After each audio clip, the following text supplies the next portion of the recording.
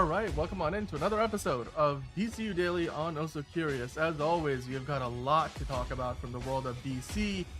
Superman, a bunch of new quotes coming out from David Corenswet talking about Krypto, the kind of movie he wants Superman to be, the kind of Superman he wants to be. Jack Quaid, who's our animated Superman these days, with My Adventures with Superman. That's another one where we're getting some news. Well, not so much news, but Jack Quaid talking about how he sees the character. So we're going to talk about both a live action and animated Superman. But we didn't have to discuss Robert Pattinson's new potential role in Dune 3 and how that may or may not affect his other obligations, including, of course, the Batman Part 2, and because the filming schedules might be conflicting potentially. So we'll talk about that right off the top of the show in the news section. And then, of course, we have other news from the world of, lanterns. There's some DC Comics news, as always. And on the Marvel side, we have to talk about Avengers Doomsday. We have some more news from different actors talking about whether they'll be part of the movie or not part of the movie. Loki's coming back. Tom Hiddleston has a few comments about his return and where his character might be headed next in the MCU. On the front of Masters of the Universe, there's some new set photos, and I'm sure John will have a few things to say about that. And then we have a ton of quick hits. There's a new Universal park opening up in England. The first time Universal takes their signature park brand abroad. So we'll talk about that and so much more. It's a packed show, guys, so do stick around. Let's get things started with the news, and then on the other side, John will join us, and then we'll dive right into it all. It doesn't seem to matter what I do. I'm always the number two. All right, mister, I need to paint my abs on to get nominated. You don't see Robert Downey doing that. You're kidding. You're kidding. I can't open the envelope without the... Warner Brothers is heading back into the Matrix with a new movie in the works. Wonder what other surprises are in store. I want to be Bruce Wayne. I like that. You're gonna love me. There's the shot right there. That. Okay, we don't need to see Corenswet. Right there. You look ridiculous. Well, not no more, he don't. What, dude? I can barely understand you. Your accent's insane. What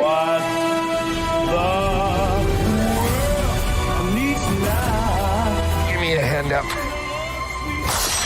Nope, I'm actually okay. Thank you very much. Oh, wow. Wow.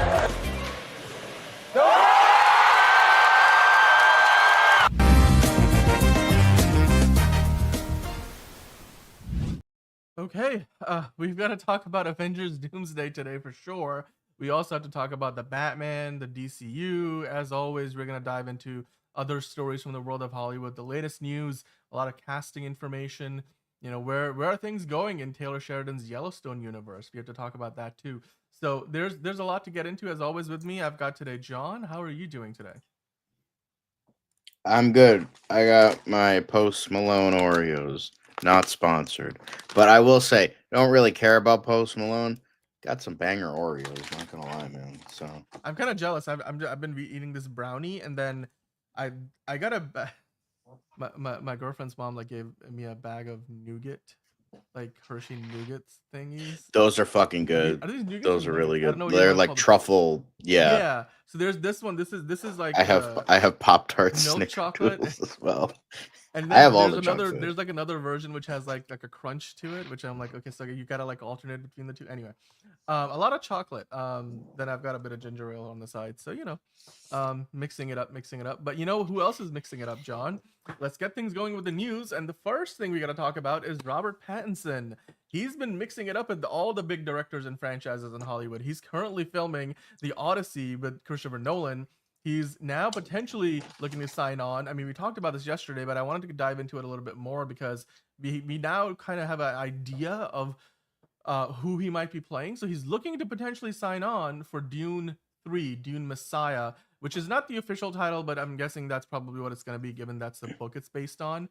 And in that movie, if Robert Pattinson were to be cast, apparently legendary and Denis Villeneuve would like him to play the role of a Scytale or Skytale. Somebody let us know how exactly you pronounce that. This is meant I think it's like Scythe, so I assume Scytale or Scytale. So he's gonna be one of the villains, if not the villain of the movie. Now, given that this could happen, the filming schedule for Dune 3 is pretty much summer of this year going late into the year.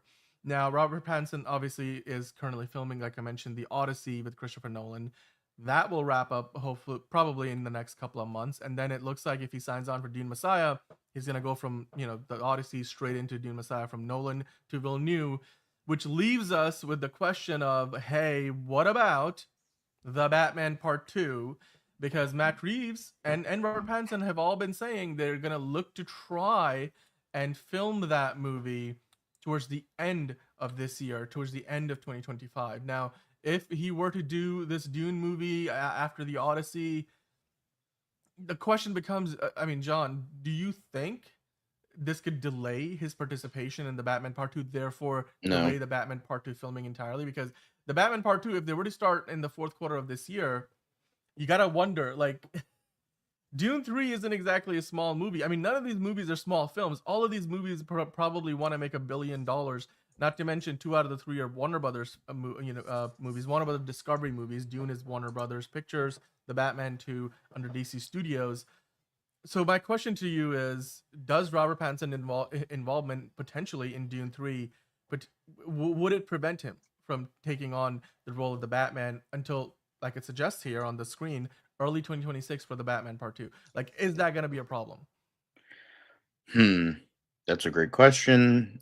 I personally don't think so. Now, maybe this is just the optimism in me, but considering that, at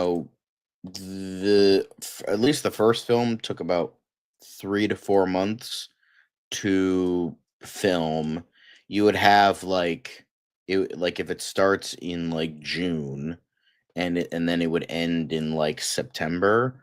I think that would be like a good like rough estimate of like, well, I think that would be a good okay. So I think that would be, sorry, I'm just a little bit all over the place.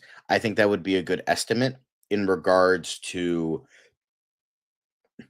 what to do for Robert Pattinson. Now, obviously, this is only talks. It's rumor of talks that he's going to be in the movie. He's not in the movie yet. He's might not even be in the movie at all, so who knows? But my thinking is, let's just say, best case scenario, he gets cast, and he's going to be filming the movie. He's not the main character. So what they could do in order for, like, let's say, and the thing is, like, they could like get started like the Batman Part 2 could get started in October and probably be fine because they were aiming for the fall anyway. So that seems fine. I think they were saying even by December, which I'm yeah, like, okay, so the majority of the production happens next year. There's enough time between the 2 filming dates that you can fucking make it work. And then on top of the fact, there's been many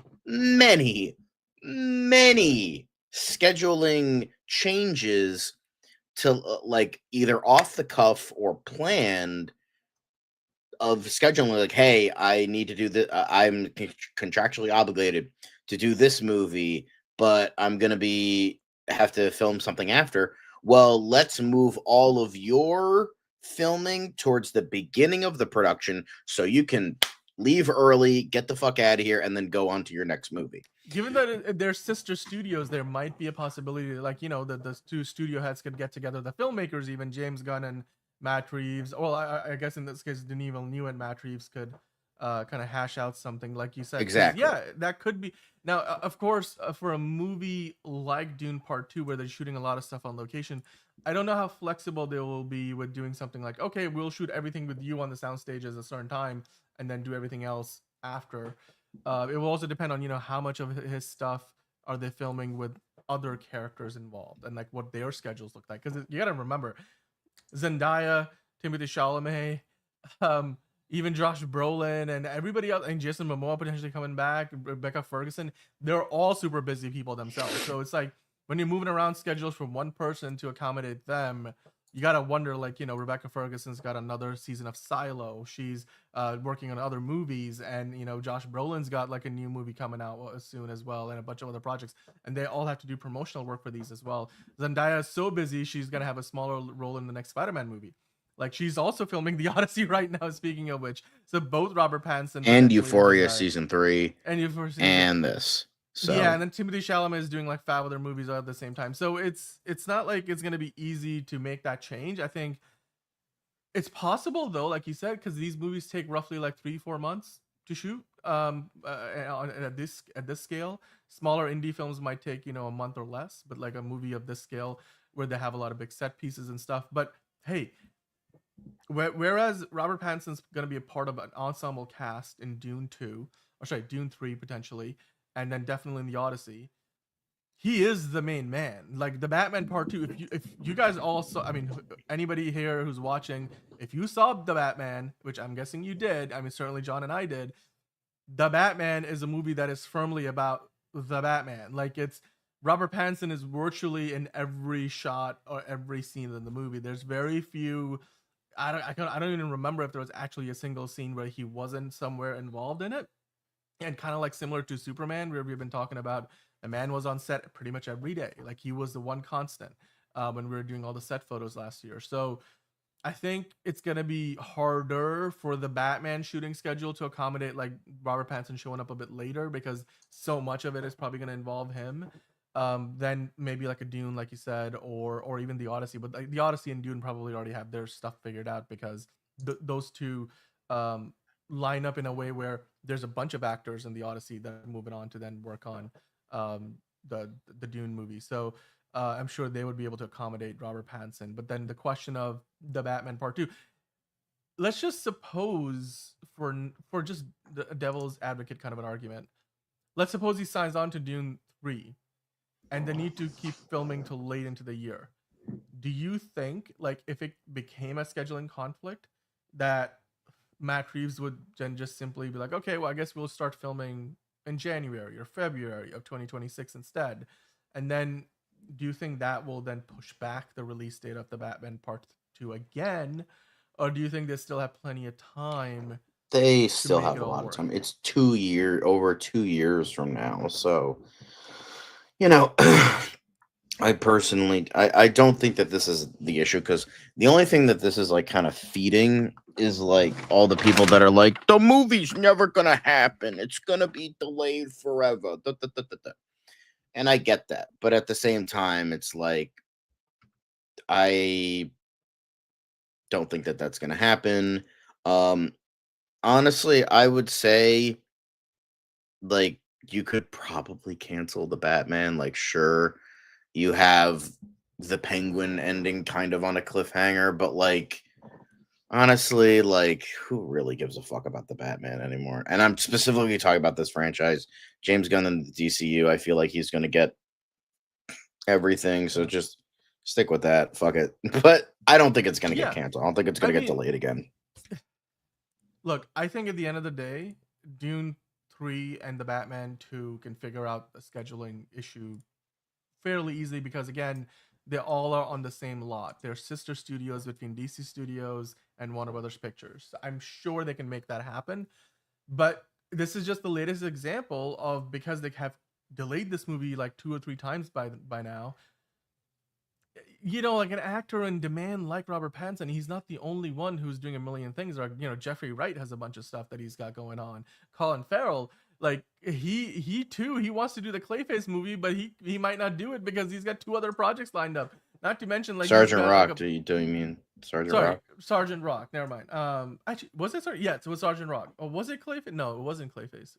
I'm mixing up my wires here. But anyway, he was gonna do a DC Studios movie. But like it's not confirmed yet. And one of the things they said was a concern was he's got a TV show and another movie that is on his schedule right now. Not to mention the part that he's gonna have to shoot for the Batman 2. So yeah, he's not. Robert Pattinson is not the only example. So I mentioned this when the news came out last year at this point, I think, right when they delayed the latest delay in the Batman 2. I was like, hey, I'm all for giving Matt Reeves enough time to make this happen. Maybe they shouldn't have announced the movie as early as they did, after the release of the Batman. I think people are frustrated because from the time they've announced the movie to the time when it's going to come out, it's going to be like 5 years. And that's just a long time. Maybe they should have just sat on the news. But obviously, I don't think they were thinking it's going to get delayed 2 times or 3 times when they announced it. But you're going to have these problems. I mean, even remember we were talking about one of the co-writers of the Batman Part 2 has got another movie that he's writing right now. So it's like you got to wonder, like, all of these people, like, they're not going to wait around. They've got work to do. They got money to make. They're going to pick up other jobs and projects. So I just hope that they get this thing back on track. Like you said, John, I sincerely don't hope that I sincerely hope rather that they don't get to a point where they're just like, okay, you know what? It was a great one-off movie. Robert Pattinson was a great Batman. We're just going to leave that be. I really, because like Robert Pattinson was a great Batman. We want to see him back. Matt Reeves had the whole idea of like doing a whole cinematic universe around it. I still want to see that be realized. It's just becoming harder and harder now because every few weeks we see a story about, okay, something else is coming up that might delay it or cause another issue. Enterprising, on the other hand, for example, is a little more positive about this. He's saying, look, while I understand people's concerns, this isn't as problematic as people think. It's not that serious. I agree with you in a certain sense. Yeah, the Penguin did hold down the fort, but let's be honest. Let's be really, really freaking honest. The Penguin was seen by a fraction of the people that saw the Batman. Like, just quite frankly, that's fact. Like, over $700 million to the global box office. Way more people saw the Batman than the Penguin, whose ratings on Max, a streaming service that doesn't even have distribution across the whole world, were significantly lower. Like millions of fewer people saw the Penguin than did the Batman. And yes, it held down the fort for the hardcore audiences, but the question here is going to be, when people go to see potentially the Batman Part 2 in a couple of years' time, are they going to be like, oh, I forgot this existed? Like, these kind of things come up all the time when we're talking about movie news. It's like, that's still happening? Like, I just don't want people to be like, oh, wait, the Batman 2 is still happening? Personally, I really just hope, like you said, John, that there are no scheduling conflicts. Like, they get Dune 3, if Robert Pattinson does sign on for Dune 3, that they get that wrapped up. And then as an actor, he doesn't have to hang around once the filming is done. He shows up when they start filming, he leaves when they're done filming. He's not there like the director prepping the project and then after the fact, like, sure, he's going to do some costume tests and stuff, but he's not really going to be there for pre-production. He's not going to be there for post-production. So he can just move on from one to the next. And but it would be a pretty star-studded year for him too, like filming the Odyssey and Dune Messiah and Batman Part 2 all in the same freaking year. So yeah, we just hope that it works out for Pattinson, and if it does, then hopefully it still works out for the Batman Part 2, John. But that's not the only thing we got to talk about today. Now let's dive into a little bit on the Marvel side of things. I like Sean Chandler, or I think it's Sean Talks. Shang-Chi? No, I'm just kidding. And I came across a clip where he was basically, you could see this playing, he was talking about why Avengers Doomsday is not going to make as much money as Avengers Infinity War and Endgame did. And really the biggest reason he pointed out is like they haven't really set much up. Like Shang-Chi, we have seen him in one movie, and he's just one example of many characters like it. We've seen him in one movie, and then he was in a What If episode. He has had no other crossover.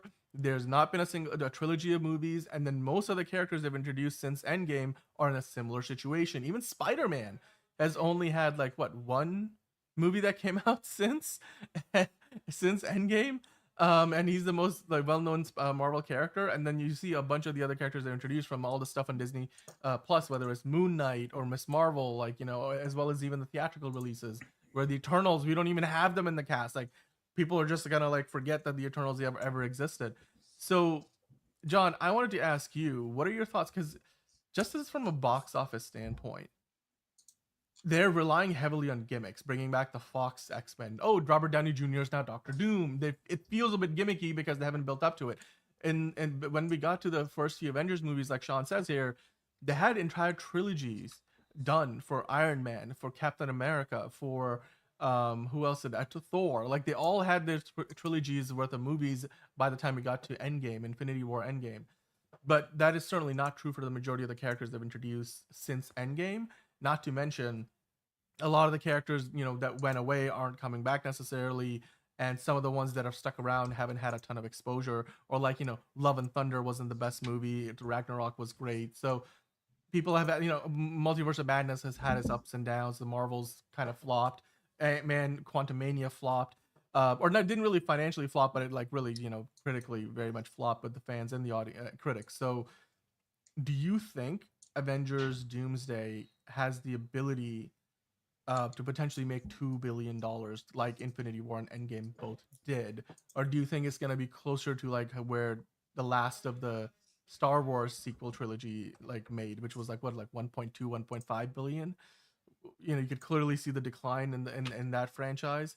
Like, what are your thoughts on the box office potential for Doomsday, John? Yeah, I don't think this is making $2 billion. I mean, even other movie, like, it's just like Marvel isn't a dead brand, but it's not a great brand.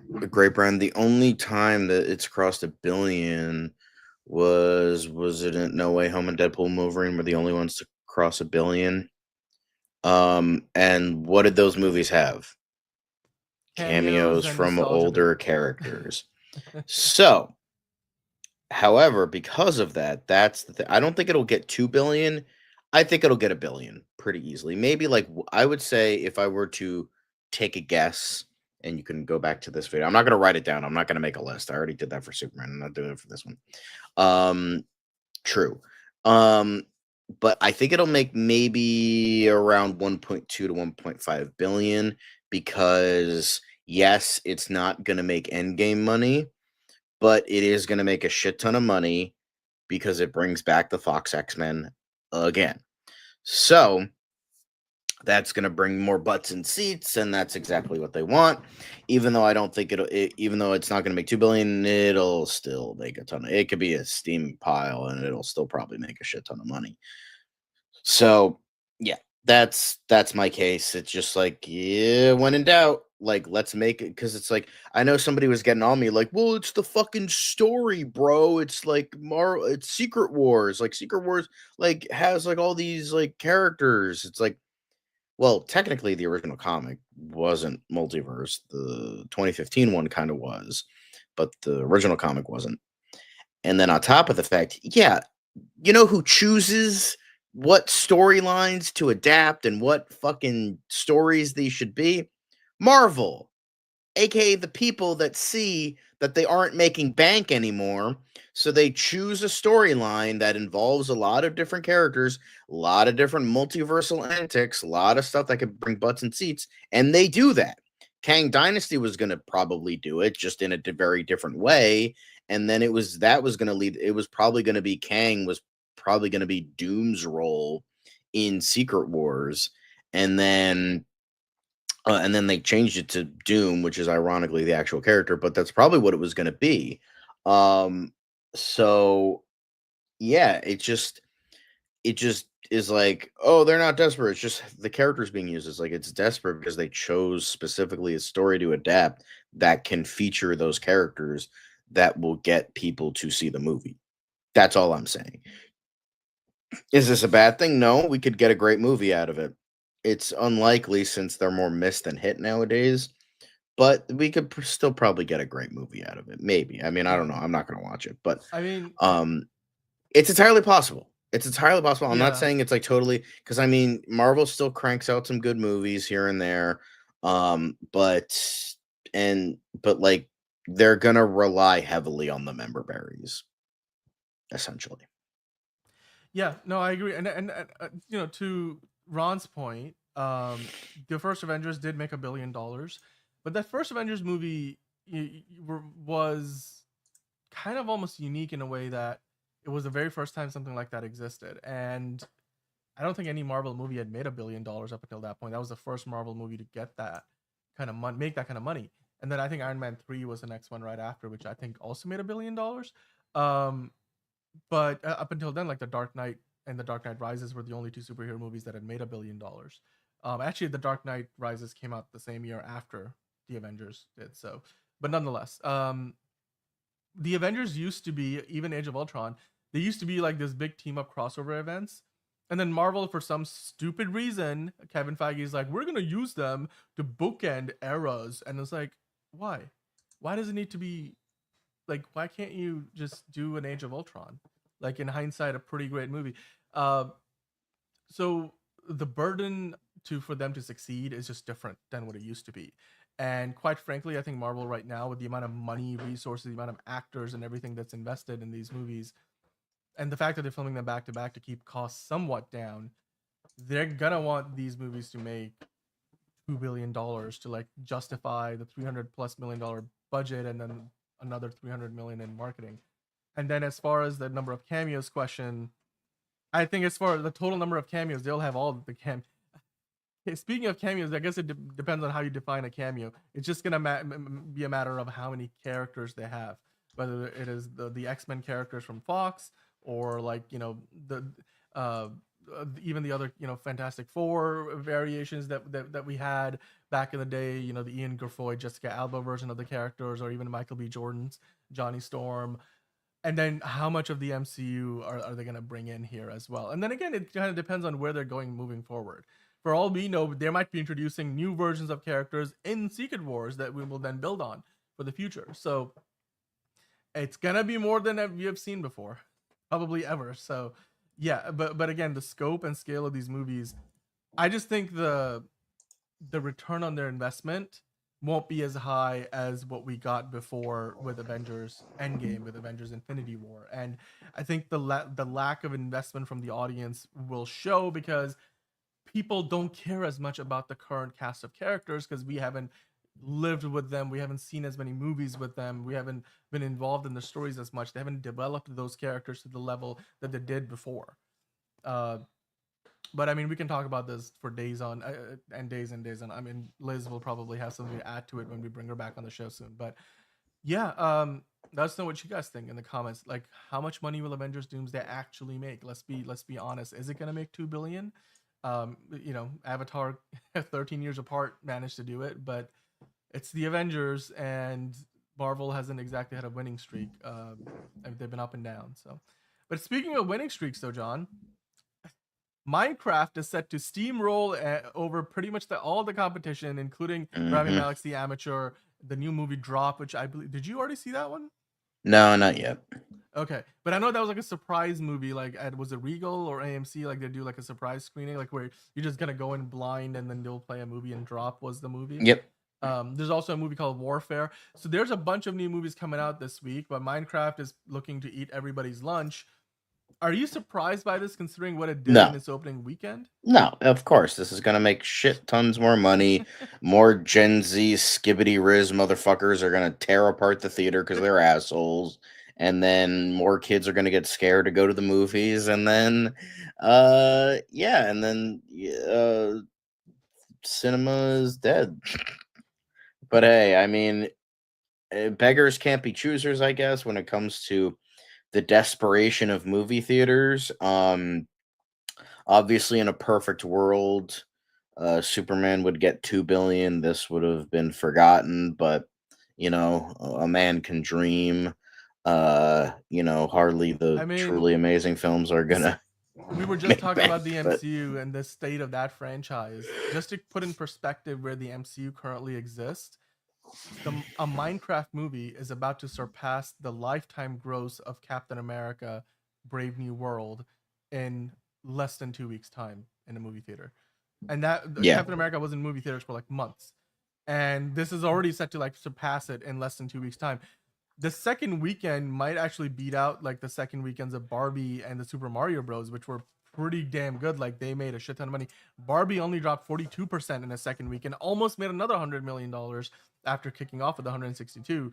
Super Mario Bros kind of had a similar situation, made 92 million in the second weekend after starting out at 146. So if a Minecraft movie has a similar sort of performance, it might be looking at like 90 million, but they're currently projecting 65 to 82 million, which would be a roughly 50% drop from the 162.7 that it kicked off to, which will be probably more money for Minecraft than for every other movie in the box office this upcoming weekend. So like you said, John, we're not surprised. I guess it will just come down to how things play out over the weekend. It's just a matter of the total running tally for Minecraft at this point. I think it's a foregone conclusion that it will win the box office weekend. So we'll check in on this, of course. We're going to review The Amateur next week.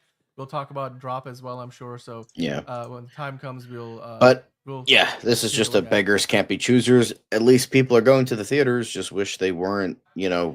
getting the police called on them. Well, to be fair, it's not all of them. There are some Not all. rowdy folks, but not everybody is having. But not everybody's ruining the experience for everybody else. We've got some new names in the chat. WA. He's saying Superman will flop. Well, I don't know, man. You gotta elaborate. Why do you think Superman will flop? So we can have a conversation. Because he Enterprising in wants the the chat. Snyderverse to be restored, and so when it doesn't, he's gonna cry in his bed for the next 3 weeks because he's nothing but a loser Snyder fan. No, I'm just kidding. Dude, It's you're just just making assumptions now. I mean, I'm we making don't know. assumptions. We I'm don't just know. Maybe you joking just around. yeah. God damn. Next story. Anyway. Enterprising saying hit that like button, fam. Please do. One small click for you guys helps us out a ton. So do hit that like button while you guys are here. We're seeing a lot more of you guys watching than the ones who are hitting the like button. But let's talk about some AI, shall we, John? Because James Cameron recently said that the blockbuster movies as they're made today can only survive if we cut the production costs in half. And to that end, he's actually exploring how AI can help without laying off like half of the staff of all these companies, whether it's ILM or Weta. Like all of these companies have thousands of people working there, countless hours to make the kind of CGI that we see in a movie like Avatar, where 2 movies have grossed over $5 billion combined. But obviously it's expensive. Like these movies are expensive. We talk about it all the time. Like they cost, like to make a Marvel movie nowadays, like the baseline is like $150 million. Not to mention like a movie that gets more expensive, you might be easily spending over 200 million. Snow White, for example, they spent almost $370 million on it. So it's insane. And then James Cameron has always been a pretty damn good visionary, where what he likes to do is get ahead of the trend. And he was thinking about doing these Avatar movies in the 90s when he first had the script. And obviously he's developed a lot of new technology. But John, where do you stand, I suppose, on the whole idea that James Cameron said, like, hey, we need AI, and this AI needs to work for us in a way where it cuts down the cost of all these VFX in half, but we have to also kind of make sure that the people who are doing this work right now don't lose their jobs in the process. Is that too much of a a pipe dream, or do you think of all people, James Cameron, who's certainly shown a knack for solving problems like this in the past, do you think he can crack the code where we do get a VFX workflow that's more integrated, that's more streamlined, that's more cost effective, and yet the people who are doing the work like right now, like not thousands of people, don't get laid off as a result of that? You can't. It's one or the other, James. Either you're gonna be like sacrificing people's time, and you're gonna be sacrificing people and their work and their money and their creative vision, but movies are gonna be cheaper, or you're gonna have movies that are way more expensive but you have people actually working. So it's one of those things where I don't think this is gonna be a you can have your cake and eat it too situation. This is a you're fucked both ways from Sunday situation. The only thing you're going to get is if you dabble with AI in regards to this specific thing, it's not going to work. I can tell you that it's not going to work. So, man who literally predicted the future with Skynet, let's not go in this direction, please. Thanks. What I will say though, when you read the quotes in this Variety article, which I would encourage you guys to go take a look at because I think it's very insightful. The way James Cameron talks about AI is from a much more educated perspective than most people talk about it, because he just has always been a visionary in the sense that he's out 2-3 steps ahead of everybody else, and he's not just talking about the trendy thing. What he's been talking about a lot in this article is the kind of CGI work that he wants to streamline, cut the amount of time that it takes to do rendering and the workflow to be more integrated. He wants to cut down time on the type of tedious work where that doesn't involve creativity, so that VFX artists can still do their work and have the value that they currently provide, but they don't have to be the ones sitting there doing the medial work of like going through renders and waiting for things to version out so that they can send off files for review and stuff. there's a lot of areas like that where they can save, costs by just cutting down on man hours, where people are just sitting around waiting for a computer to calculate a render for like a one frame at a time. Things like that, where AI can help assist with that and maybe even improve certain things, where right now doing it, manually isn't it provides a great result, but it also takes a lot more time. And maybe that means that you change like how people are paid also. Like, you can't be paying a VFX artist by the hour and then tell them your job's going to take half as much time now, and they're like, well, I'm also going to get paid half as much. You probably have to then change the way they're compensated as well. So I'm sure James Cameron and other people who are working on the solution problem have that in mind. So I, for one, hope that if James Cameron is able to accomplish what he is hinting at here, then that's a good thing, because then that frees up the artist to do the creative work more so, and let the AI kind of fill in the gaps where it's just, we've got a queue of things that need to get rendered. How do we do it faster, kind of thing. So I hopefully, yeah, I mean, AI can be a productive tool in the tool belt for artists rather than being something that takes away jobs. However, James Cameron isn't the only one talking about AI these days, John. There's an Indian company called Mugafi, which literally, the Mugafi stands for music, gaming, film, like MUGAFI. And it's an Indian company that is potentially plotting to become the next the Marvel of the East, as it were, and powered by AI. The goal of the CEO is to reduce time and cost, and the way they describe the work is they want to essentially use AI to help build out these new fictional universes, and create a lot of details without having Didn't we just fucking talk about this? Why are we having another story? Same asshole, different brand. Like, okay, we get it. These fuckers want AI and not creative visions anymore. Cool. Great. Why are we talking about this? Well, the reason why I think it's important is because, hey, like, these guys doing this kind of work, like, whereas James Cameron, I think, is trying to solve like the part of the AI. He's trying to basically have AI solve the problem of all the remedial work that artists have to do right now, so that the VFX artists can just focus on being creative. This company more so wants to just create entire franchises that are based on AI. So yeah, I mean, it's a little bit more on the darker side, I mean, from our perspective, generally speaking. But yeah, hopefully they don't do it in a way that takes away jobs from people, but rather like gives artists just more freedom to do what they want to do without having to worry about the technical remedial aspects, which is what it seems like James Cameron is approaching it from. But obviously the two stories showcase how people are approaching this from two different sides of the coin, and I guess it's just going to be a matter of seeing who comes out on top at the end of the day. But John, talking about other Indian stuff, Warner Brothers Discovery recently has been betting big on homegrown heroes for Indian kids in the Indian market, saying that we're looking for stories that resonate across South Asia. Now, of course, a lot of these are animated and stuff, but they're not just relying on DC superheroes. They want to create local characters and legends and stories that are like, more central to Indian mythology rather than Hollywood exported stories like Superman and Batman. Is this something that feels to you, John, like it's counter to the fact that on one end they're trying to get rid of Looney Tunes, but then on the other hand they're trying to create all this animated content out in India? I think it's just Warner Brothers being like, well, we fucked our audience in the US. Let's go to India, guys. So that's what they're doing. It's like, let's go and make and now is that a bad thing? No, not necessarily. It's just kind of funny to me how you have this company that just makes terrible decision after terrible decision in the US domestically. Just everybody hates Warner Brothers now, and now it's like, well, fine, we're gonna go to these other countries and see if they like us.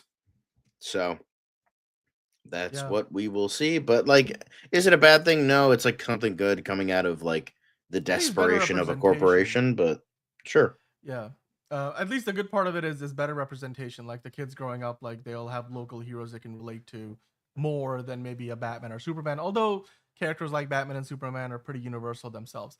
So moving on to the next thing, Con is coming up soon, John. We talked about how Mission Impossible is going to be debuting and premiering at Con. They just announced their lineup, which includes quite a few different movies, from epic fantasies to indigenous folklore movies to drag queen horror movies. Yeah, Queen of the Dead. Do any of these titles stand out to you? There's the you've got I think RuPaul's Drag Race Down Under season 4 winner involved in that drag. This was the drag queen horror movie. Oh, I know there's another drag queen horror movie coming out. It is Queen of the Dead. It's made by, I think, George Romero's daughter or something.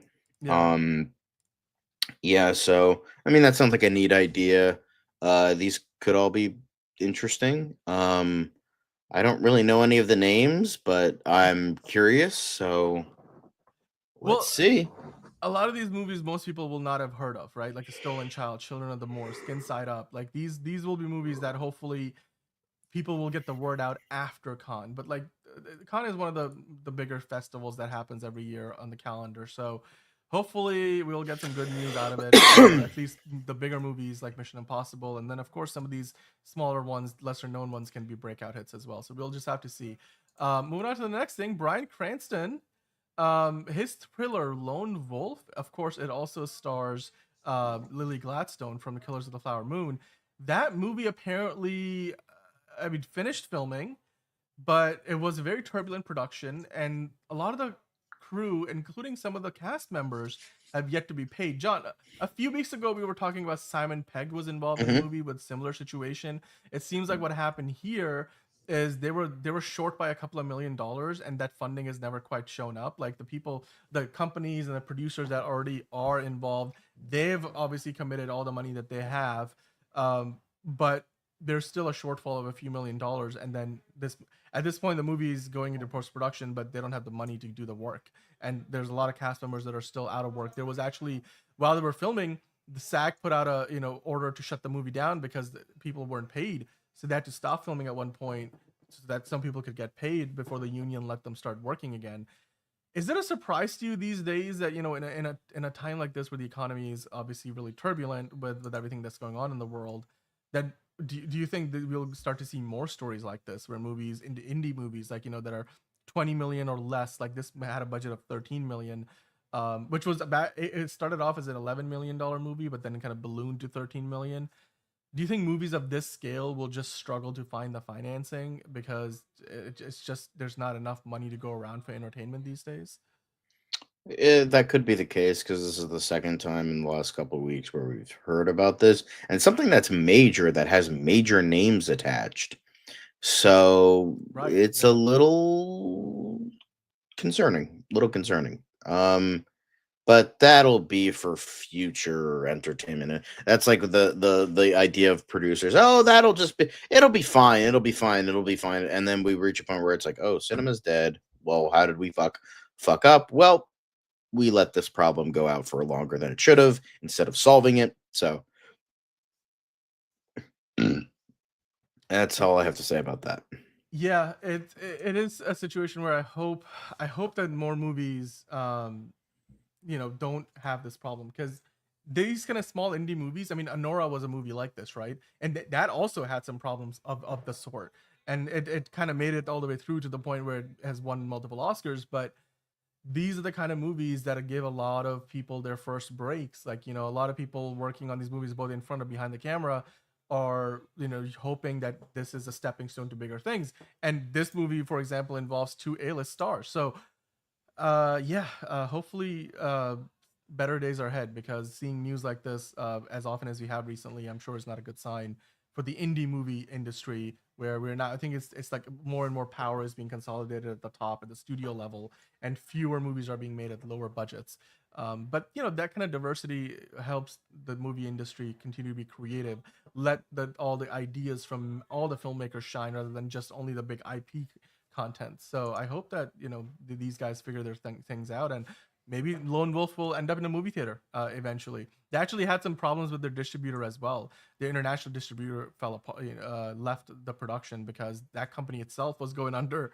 So now they're looking for international distribution again, and the domestic distribution is being done by the representation of Bryan Cranston, UTA. So yeah, guys, hopefully we'll get to see Lone Star, and maybe we'll just have to wait and see if it's actually a good movie or not. Speaking of a good movie or not, Masters of the Universe, John, has put out some. Hey, not Caleb, the movie itself, Jared Leto, pay attention. but people put out who have been kind of spying on the movie's production. Put out a few set photos. We got a good look at a Castle Grayskull, Prince Adam, and maybe even Skeletor, John. I think you went through this before the show, so I want to get your opinion on this. There's a number of photos out here, a lot of green screen.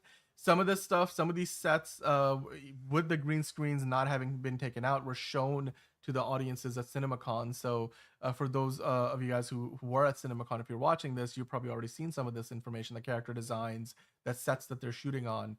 But John, what are your thoughts on what you see here, quite frankly? It looks kind of mid. It looks like they're going with, in terms of the look for Skeletor, like the black, all in black, holding this.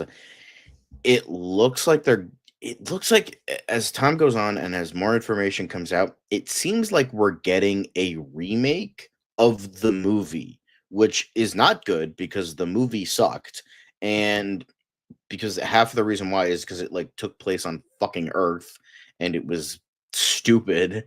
And I mean, it's culty fun, but like there's a reason why. You can also see that behind the two guys in the robe, there's a dude with like tracking markers above him. That's probably gonna be replaced by CGI character too. Yeah, I wonder what that is gonna be. Bigger character.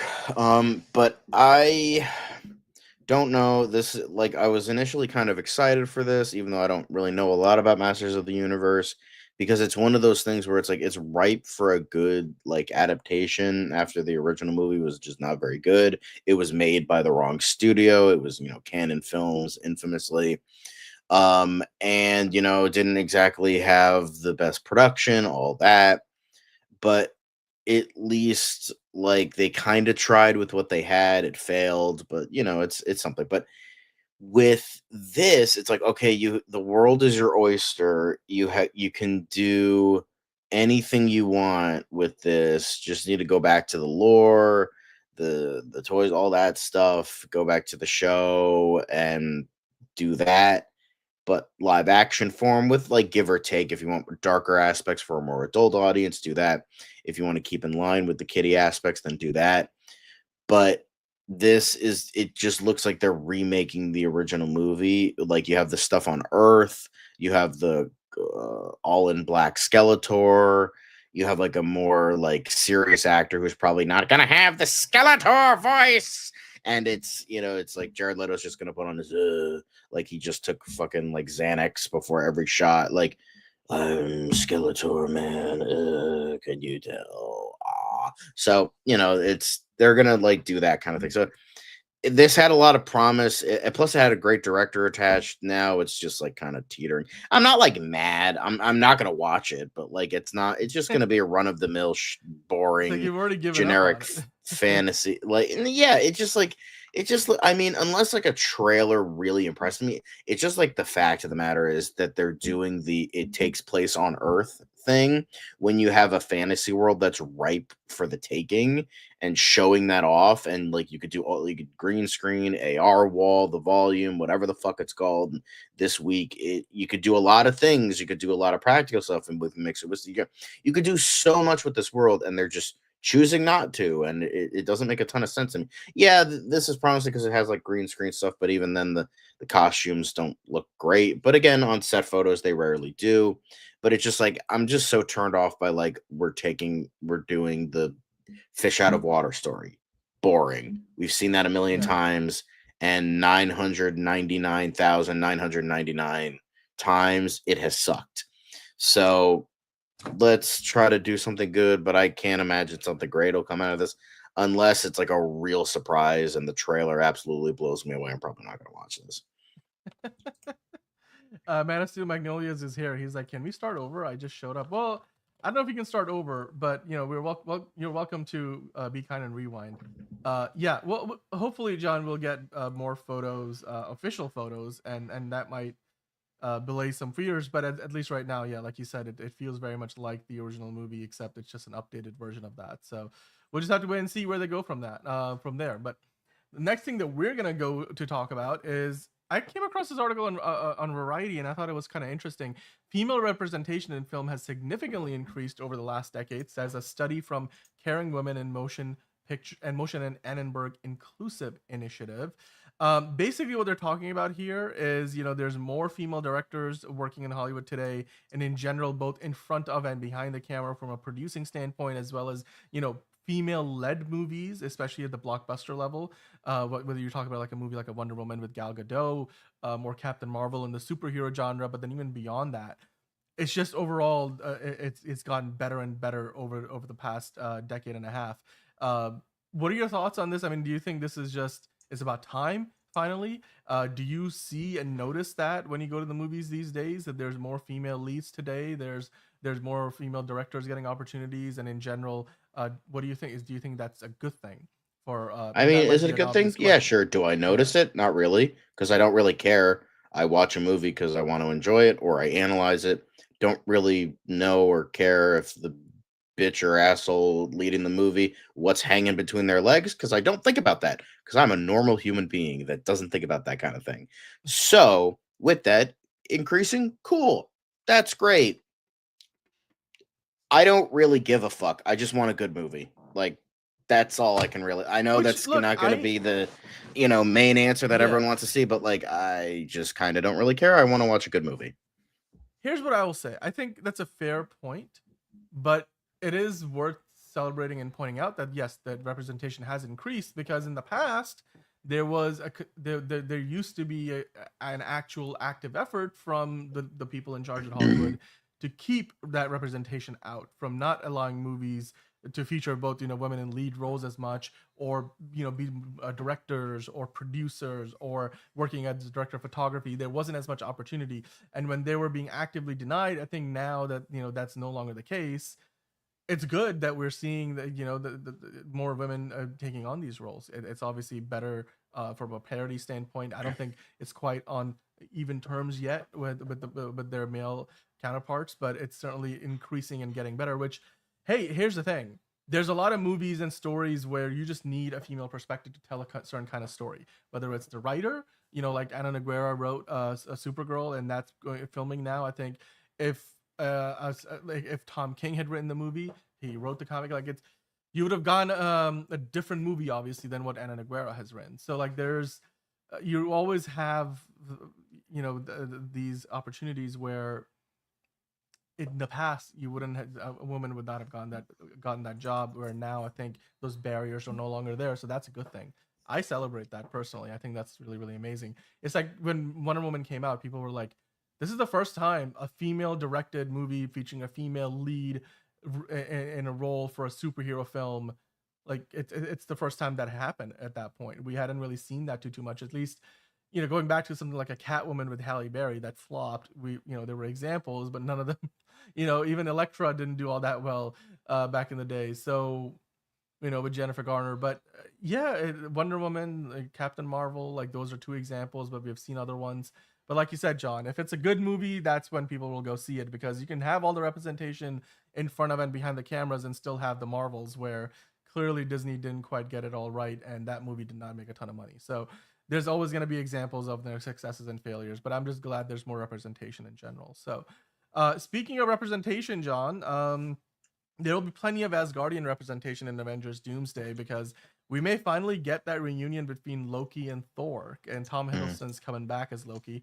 And he was recently talking about, just kind of reflecting on his time in the MCU, because when you think about it now, it's kind of weird, because we live in a time where we're in this like new territory with where the Avengers, like that whole franchise is. Like a lot of familiar faces are gone, retired, or killed off and stuff. And I was thinking about it. Tom Hiddleston is actually one of the few people around from phase 1 of the MCU. And he still, gets excited to be a part of this universe. He said it's really remarkable that I can talk about it mostly because I'm in a position of knowing and not being able to say anything. It's been an extraordinary chapter of my life playing Loki, and it's not over yet. So, are Right you ain't excited over to yet. see? My man. My man. That's gonna be in our new DCU Daily intro for sure. But like, what are your thoughts on just again Tom Hiddleston coming back as Loki? People thought he was kind of done at the end of the last season of the Loki TV series, but he's back. Are you looking forward to seeing him in Avengers Doomsday? Is this a character that you feel can still contribute to the cinematic universe? If it'll be good for the character, if it'll work, sure. Is that probably going to be the case? No. But again, you can dream.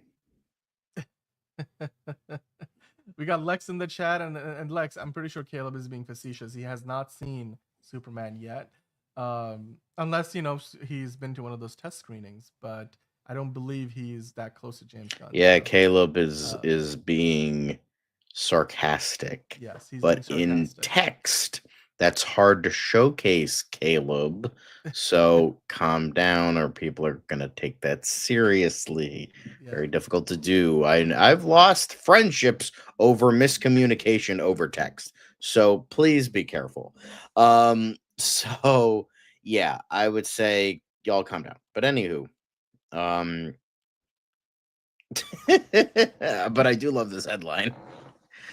So Simu Liu said that Marvel doesn't tell their cast anything these days because Tom Holland and Mark Ruffalo ruined it for all of us. Because apparently, I think he found out that he was a part of Avengers Doomsday when the live stream was happening.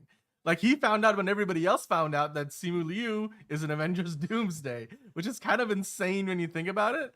What are your thoughts? And again, like, I'm sure he's not the only one who found out his character was in the movie, because they're also filming the two movies back to back, Doomsday and Secret Wars. So with that in mind, do you think it's possible that when they're filming stuff, they don't necessarily know if it's part of one movie or the other, and maybe that's part of the reason why? Like, Maybe. What are your thoughts on this? Tom Holland and Mark Ruffalo ruining it for all of us. It is funny because it reminds me of like an interview that he was at, like a panel or something. He's like, yeah, I was trying to fight something, and the Russo brothers were trying to direct me, like, hey, you need to fight this thing. We can't tell you what it is because it'll ruin the movie. And he's like, okay, but like, how big is it? We can't tell you that. What does it look like? We can't tell you that. Can you tell me like what style it's using? We can't tell you that. Like, are they saying anything? We can't tell you that. It is like, so I just kind of had to punch the air in the hopes that it like looked good because they couldn't tell me anything. And I feel like that's very much Marvel now. They can't tell anybody anything. So yeah, thanks, Tom. Tom Holland is Tom Holland saw Superman, guys, and he told Caleb it sucked. Yeah, so we're noticing the comments. What are you fucking talking about? What are you showing me? What are you showing me? Anyway.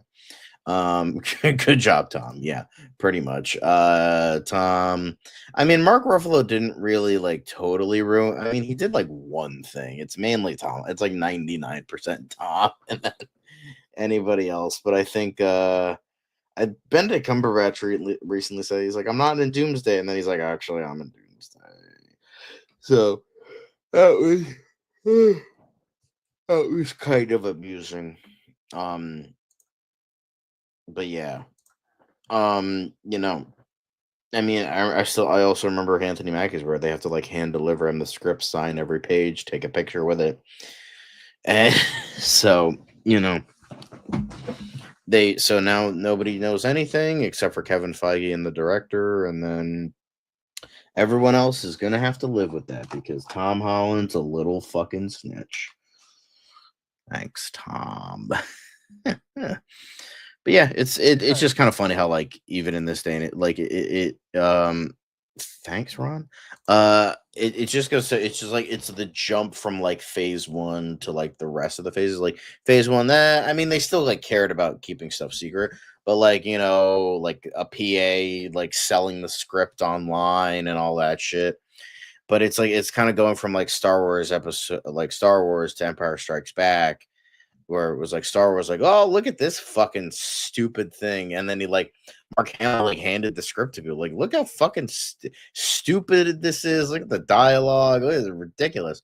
And then when Empire Strikes Out, not just because of like the twist, but just because of like how big it became, it's like you fucking can't talk to this about anybody. We can't do this, can't do that. It's like that's how it kind of is with these big franchises. They can't spoil anything, especially now in this day and age where social media is a thing.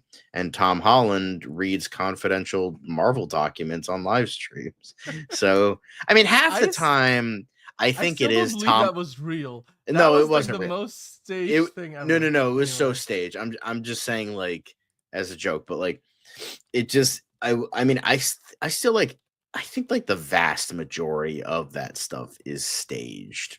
There are a couple of things like Tom Holland's like, oh fuck, did I really fucking say that? But then at the same time, there's a lot of stuff that's pretty convenient of what he lets out.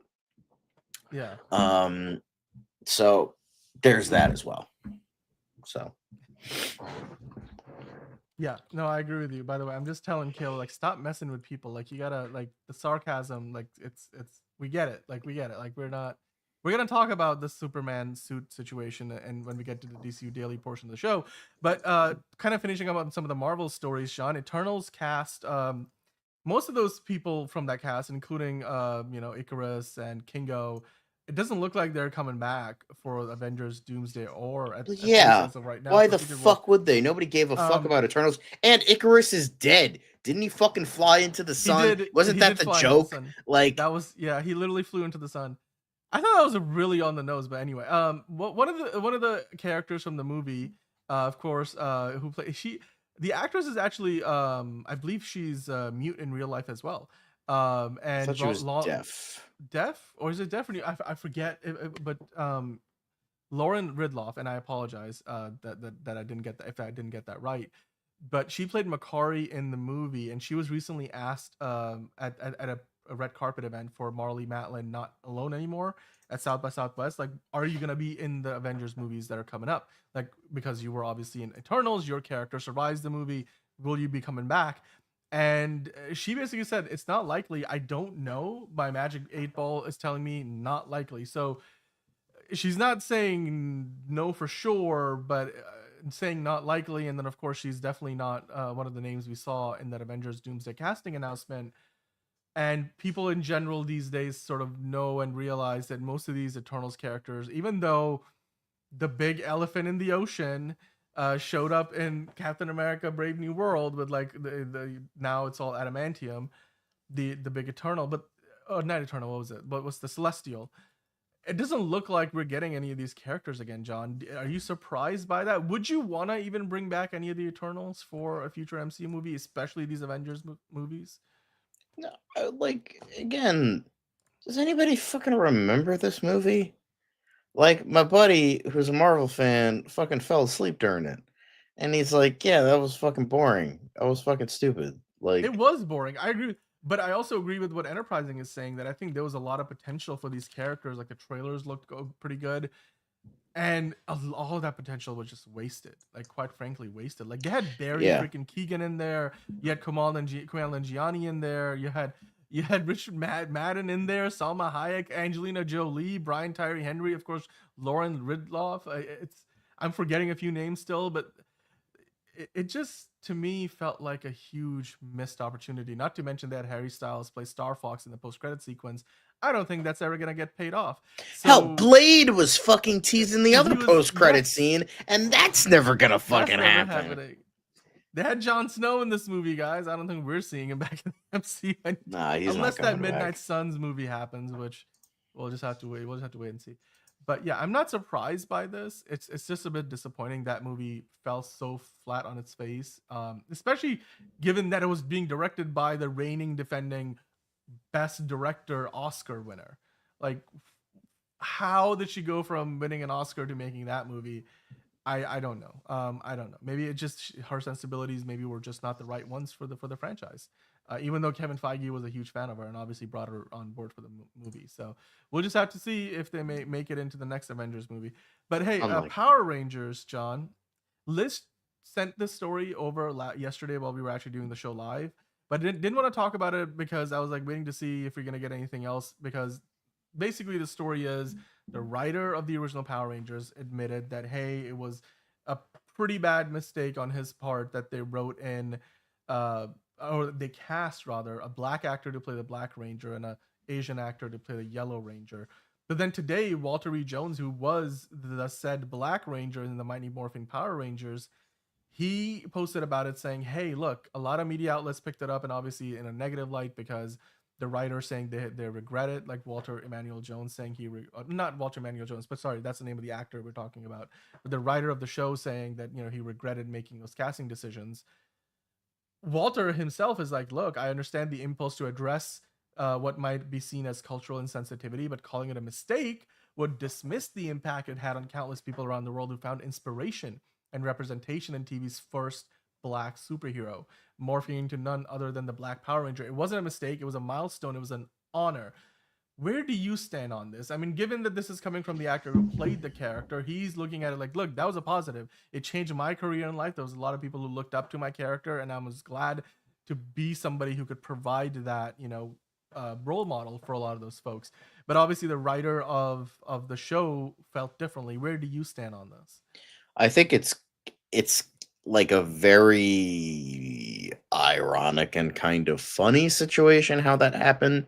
And honestly, when we're talking about like Power Rangers, there's a lot of way worse problematic shit that happened on these sets that this isn't even like. There was like literally that documentary about Power Rangers just came out, and they didn't even include a bunch of the way more problematic shit that happened in that show. So the dark side of the Power Rangers, it's like a new documentary series. Yeah. Like I forget what actor, but there was an actor who essentially was brutally ridiculed because he was gay. So he pretty much had to leave the show because of that. I think the first Red Ranger, like they were making so little money that when he quit the show and went to go work at a McDonald's, he was making more money. So there was a lot of union shows. It wasn't a no, union they weren't. shows. So they weren't regulated by like any union agreements and like the amount of hours they need to work on set, how many days a week they need to be working. Like the pay agreements weren't standardized. Even today, Power Rangers, one of the reasons why they film them the way that they do, and they shoot a lot of stuff in Australia and New Zealand, these are still not, I mean, at least the last time they were filming a Power Ranger show, I think the new one with Netflix may be a union show, but most Power Ranger iterations that you grew up with watching. Well, yeah, because half the footage is stolen from Super Sentai shows. Yeah. So, like, well, not it's like given to them like through a licensing thing. Yeah, but then they recreate a Western story with American actors with all like the non like fighting scenes. So like, yeah, it's like kind of like ironic and kind of like, oh, isn't that it's a little weird. It's a little bit great, but I mean, obviously we don't know about the Yellow Power Ranger. She passed away many years ago, so we don't know her side of the story. But I mean, if the guy is okay with it, like, then why are we complaining? Like, if he's like, fine, cool. Would it have been better if I played the Blue Ranger, like, you know, Black Falcon? No, Blue Falcon, Blue Falcon. Anyway, so like if this guy is like fine with it, he was the guy in the fucking suit. He was the guy working on the show. If he's fine with it, then we don't need to make a huge big to do out of it.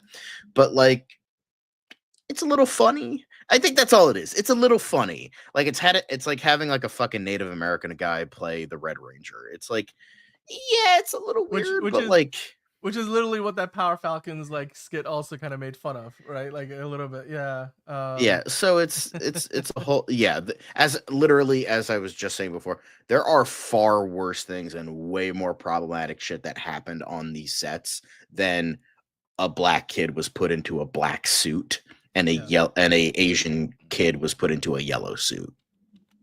Yeah, like also, that's like, not even hitting like the Enterprising dent. was saying.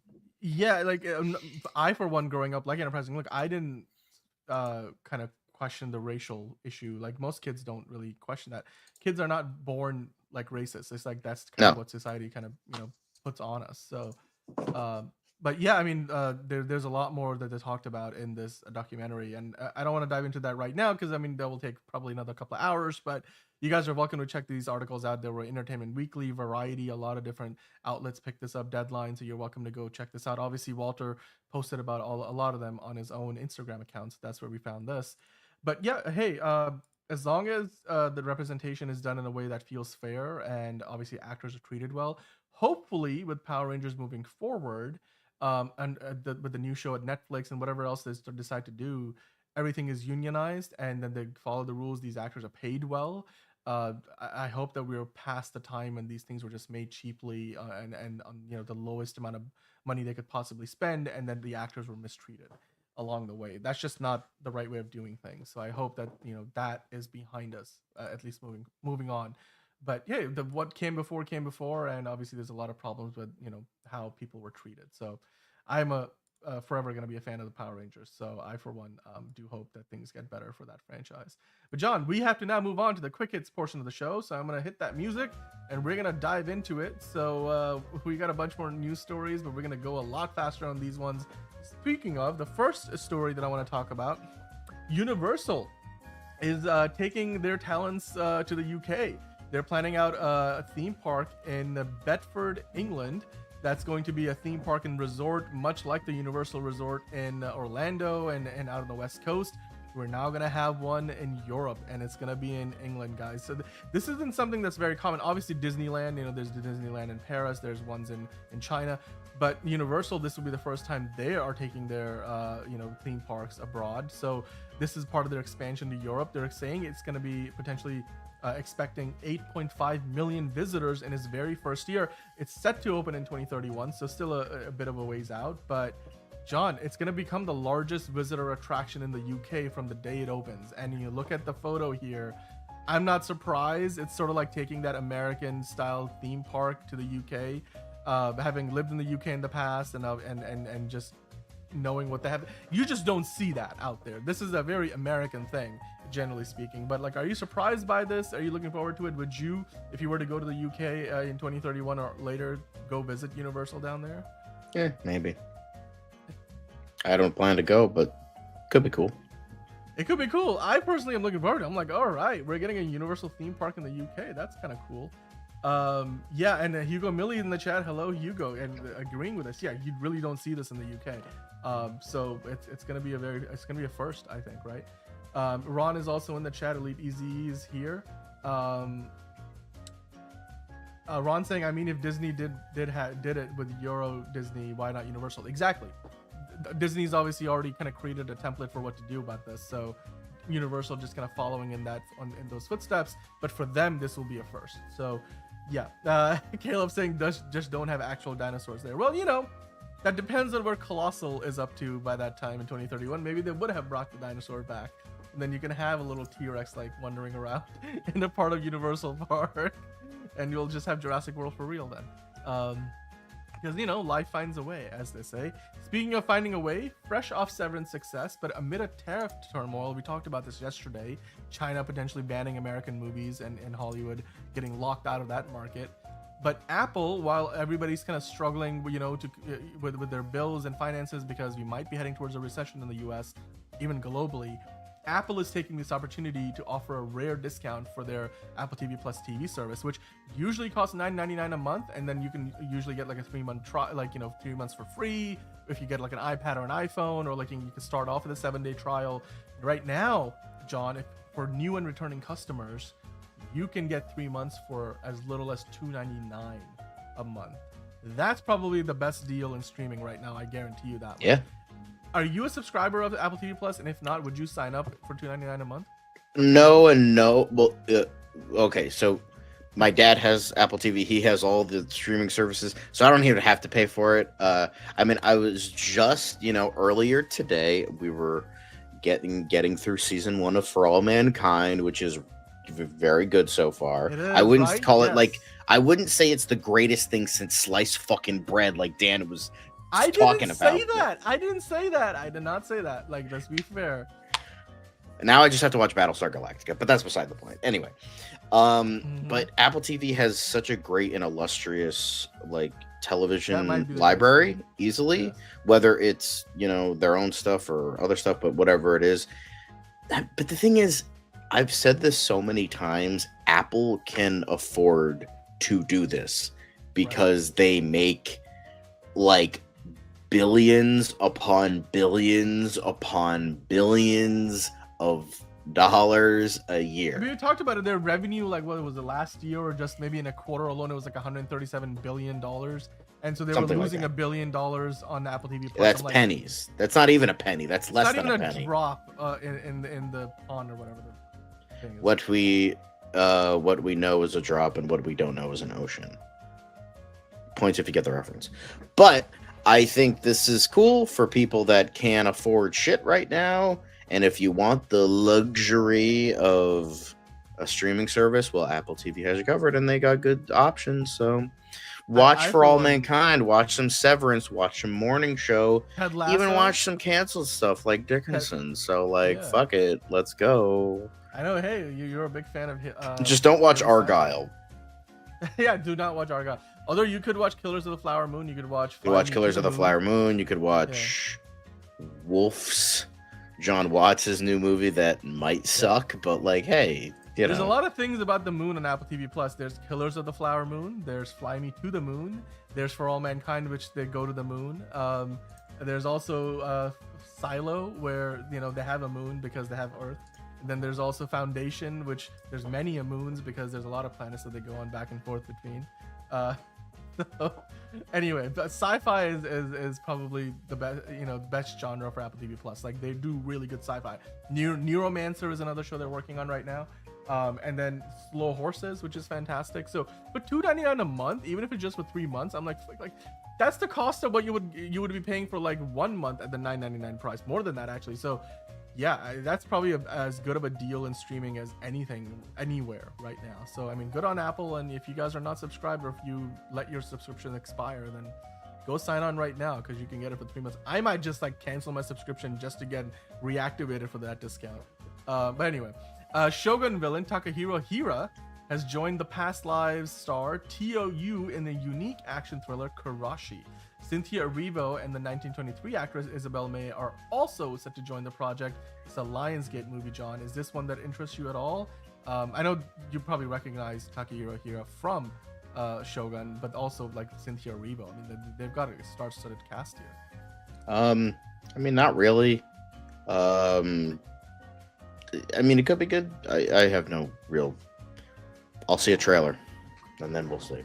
That's a really good point. We'll just have to wait till the trailer, and that's a fair point. But White Lotus obviously just wrapped up as season 3. The question is, where are they going next? Because every season it's like a different locale. Do you care to speculate, John, where the next season of the White Lotus might be filming potentially? Greenland. Greenland? You know what? That would actually be a very good location. That's so culturally relevant right now. That would be so fantastic.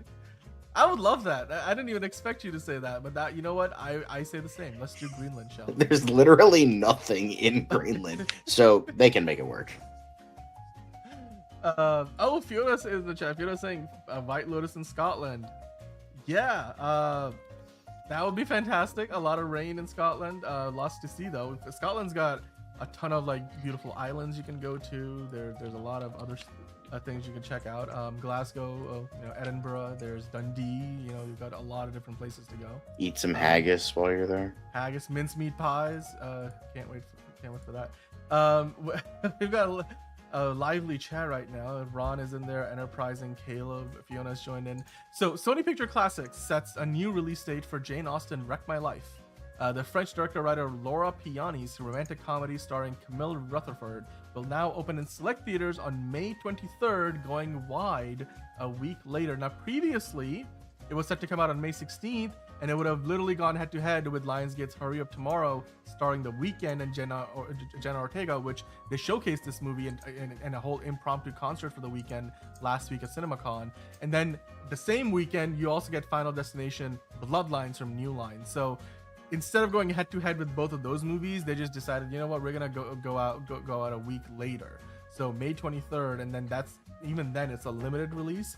So literally it's gonna go into wide release 2 weeks after those other movies, Sean.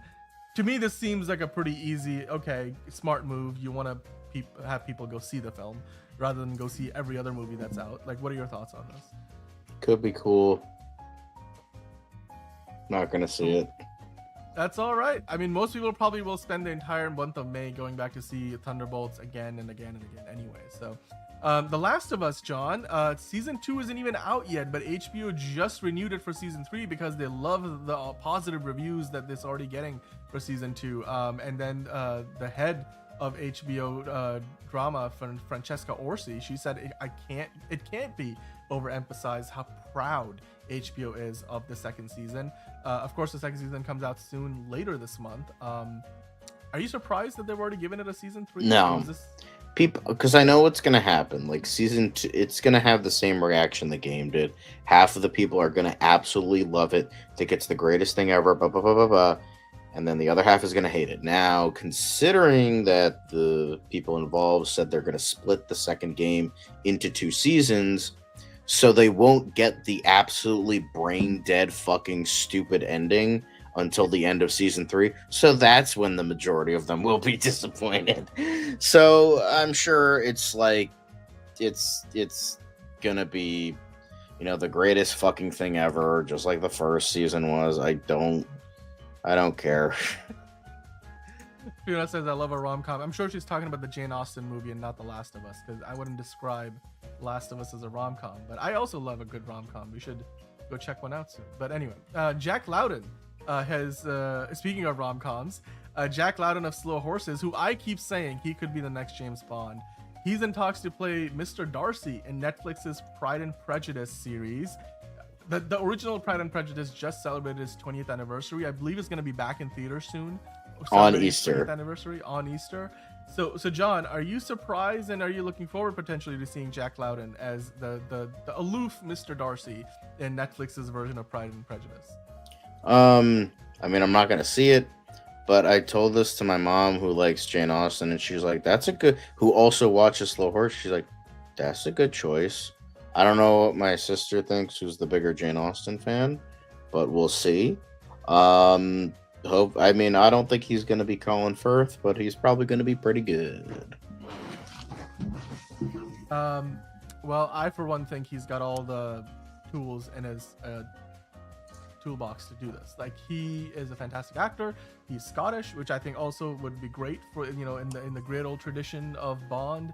But yeah, Mr. Darcy, Colin Firth, you know, another fantastic British actor. So yeah, I would love to see this. I personally think he could be a great part of a revival of a franchise that obviously 20 years old. Oh my god, I still can't believe that movie's 20 years old. Like, we talked about it like a few weeks ago. I'm like, holy shit, it's celebrating its 20th anniversary.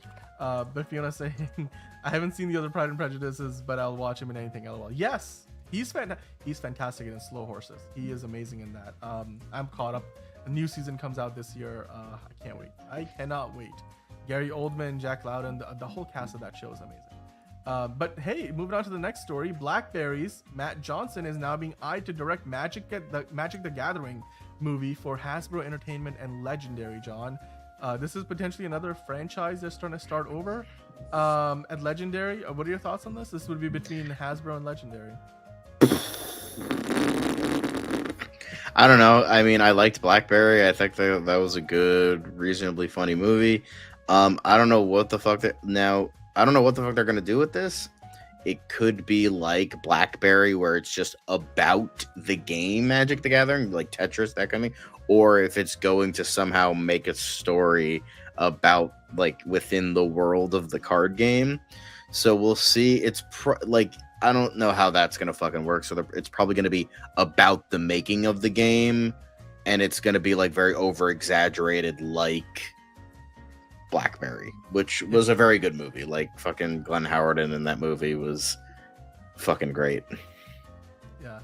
I, for one, again, for me, this is one of those things where I'm like, show me the trailer. Maybe I'll be interested. Maybe if they show us the trailer, we'll be waiting for that. Little Shop of Horrors reboot movie, on the other hand, that's been shelved indefinitely, John. The reboot of the 80s cult classic may be dead in the water months after it was first announced. Are you surprised by this news? Were you looking forward to that?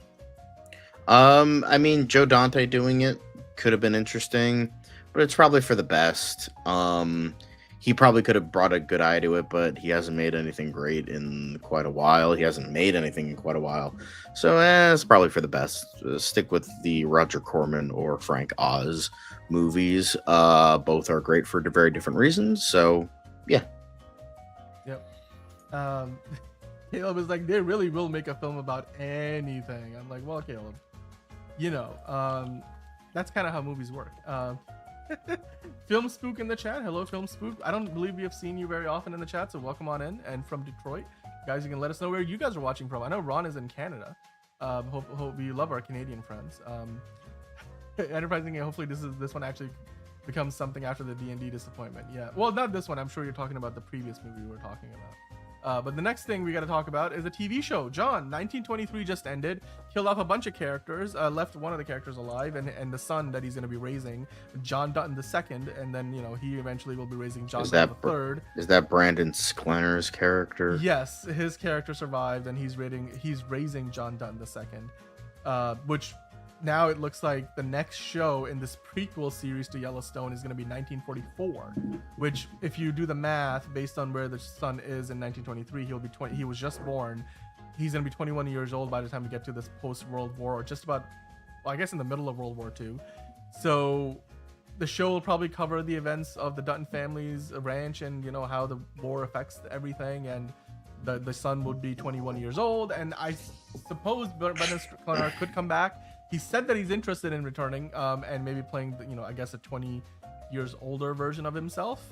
Yeah, you got makeup. You can make it work. Yeah, you can make it work. I mean, is this one that you'll watch? 1923. No. Harrison Ford, Helen Mirren, badass. My parents love the show. Like they couldn't get into Yellowstone, but they did watch this. They're like, oh my god, it's great. So I'm curious if they want to watch 1944. I know 1886. That was just a mini series.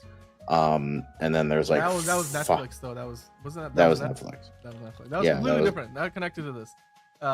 Wait, no, I thought 1886 was a Yellowstone show. No. I think it was 1881. No, 1883. Never mind. All these dates, man. 1883, 1923, 1924. Yeah, so 1883.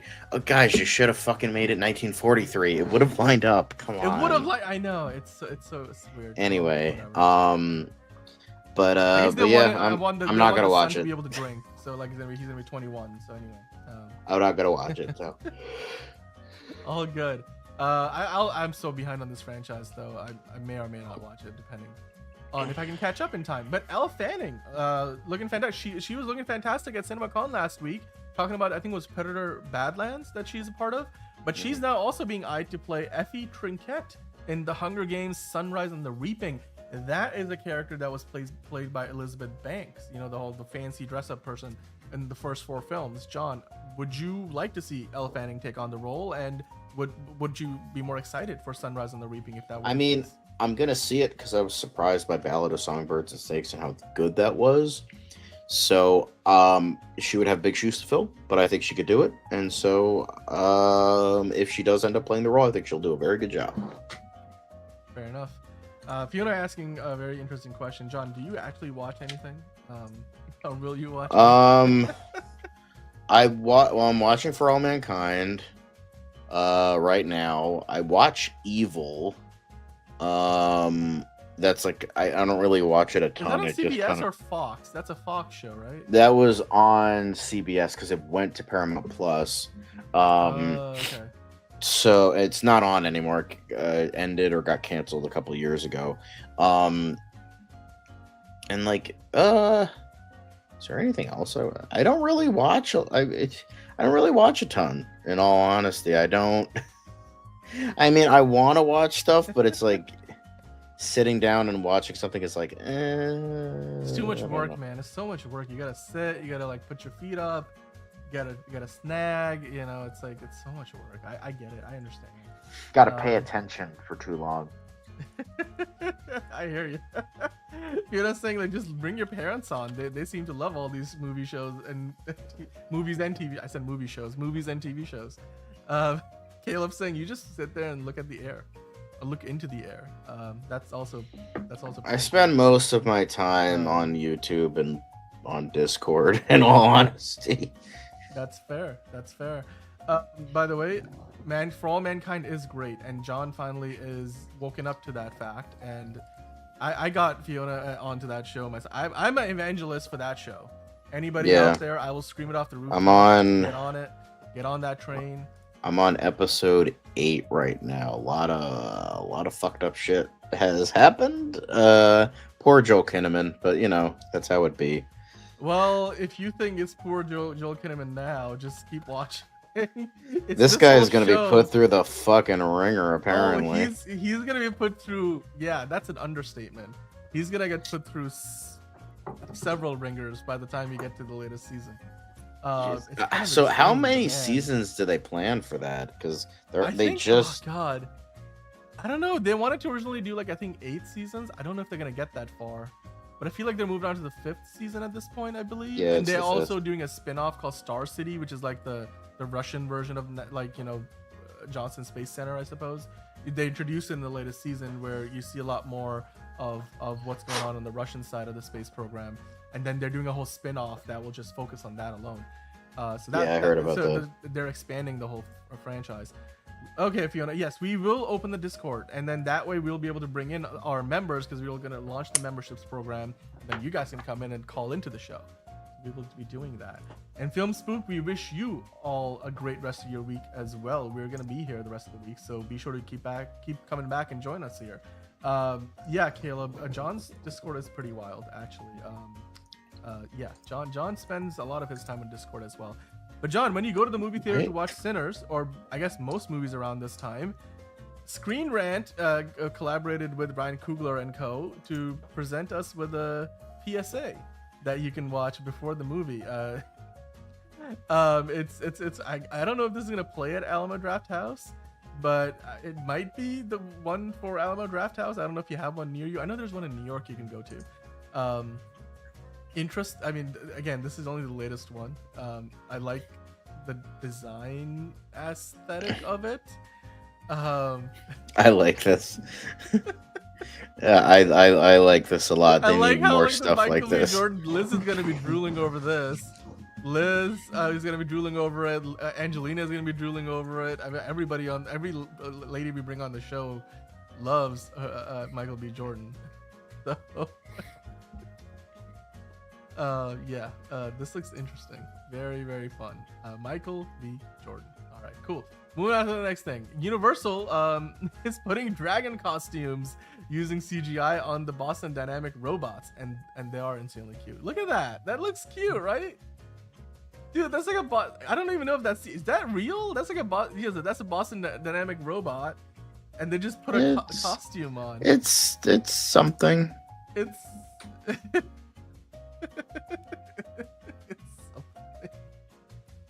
yeah, that's definitely one way to put it. It's something.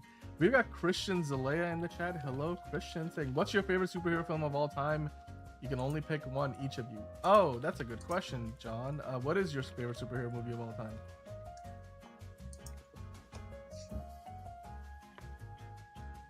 I know mine. I'll just say it, The Dark Knight. That's my favorite. We know that. It's easy. Answer. Honestly.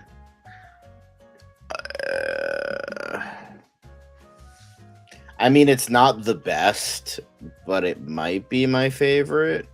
It might be Shazam. Like, I love that movie. Like, it's a great movie. It's like one of the very few good things to come out of Philadelphia.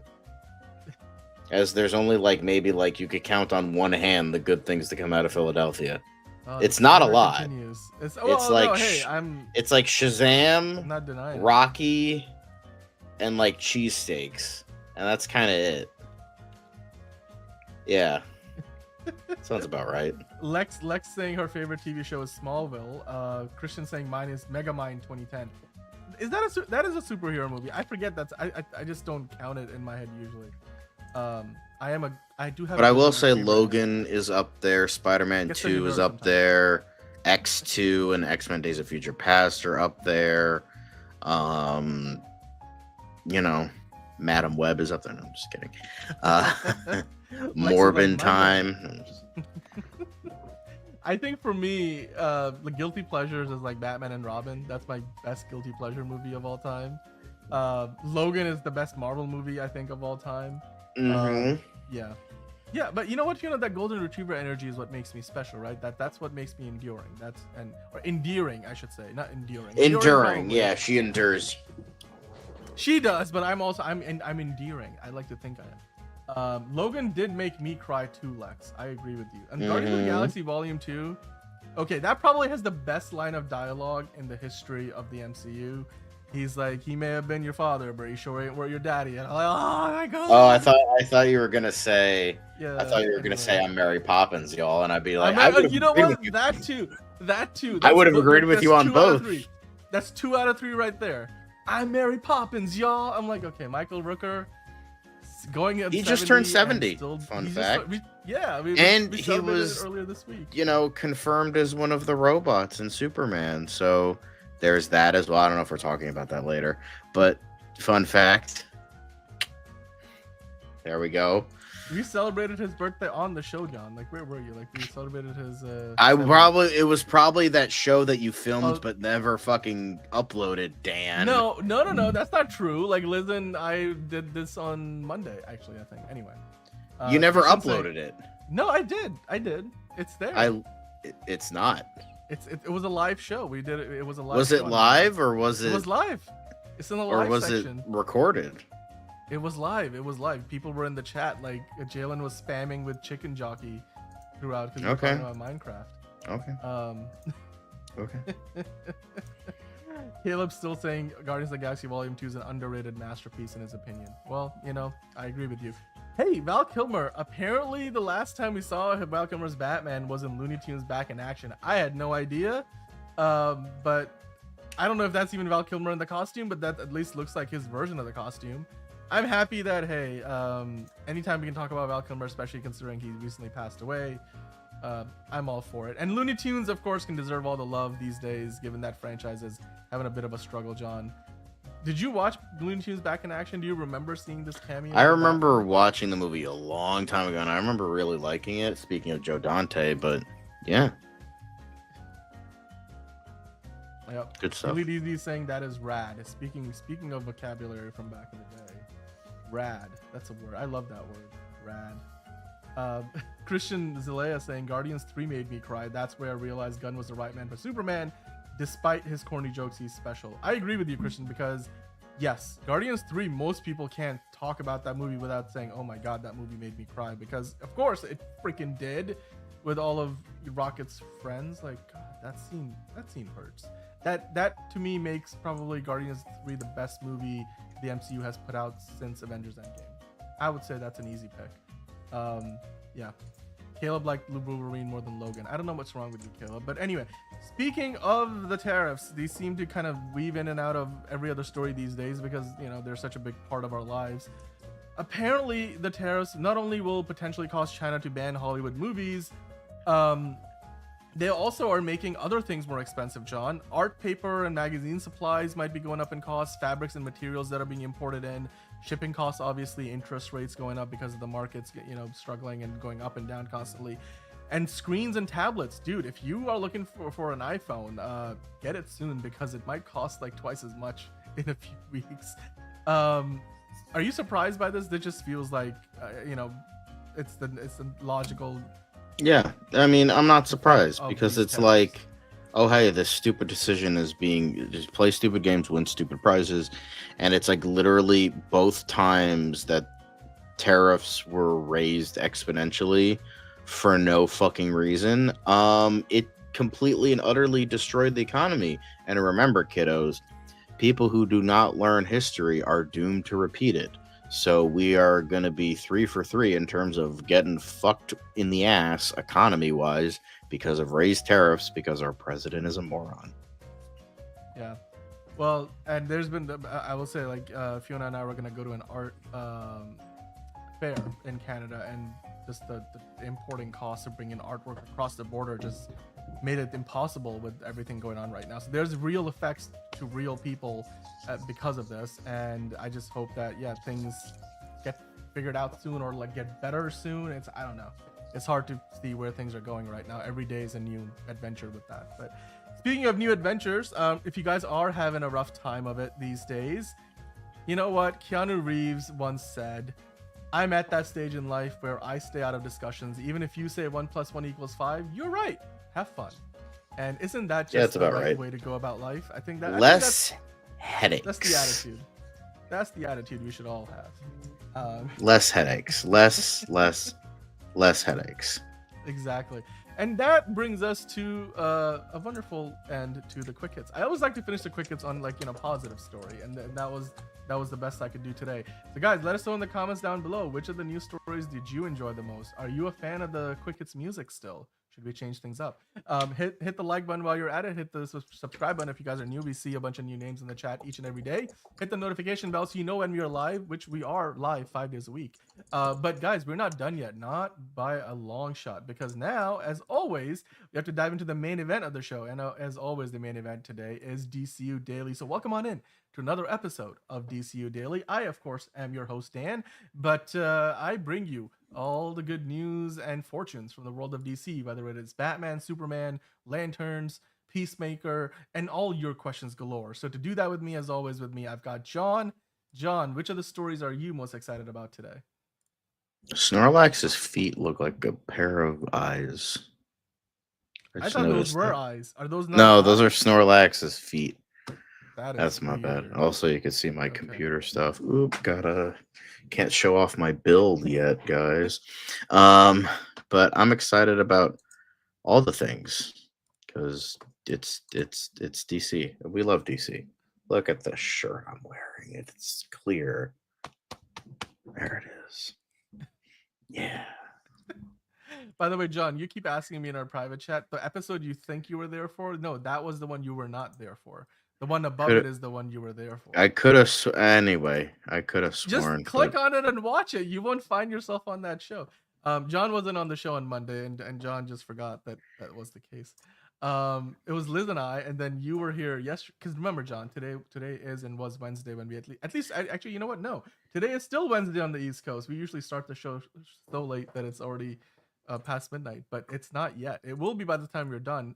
So let's get started with the news on DC side. John, we were talking earlier today about how Brendan Sklenar would like to return for 1944, which is the sequel to 1923, but another prequel to Yellowstone. His was one of the few characters that survived at the end of that second season of 1923. But he's also expressed interest on multiple occasions in playing Batman. He recently, this comes to us from Screen Rant, was talking about how DC Studios might have already reached out to him about the role. He said, I think there is some awareness of me on some level, probably. I know there are ways away from doing that as I'm casting for Batman. The little kid in me and the adult in me is like, this is cool.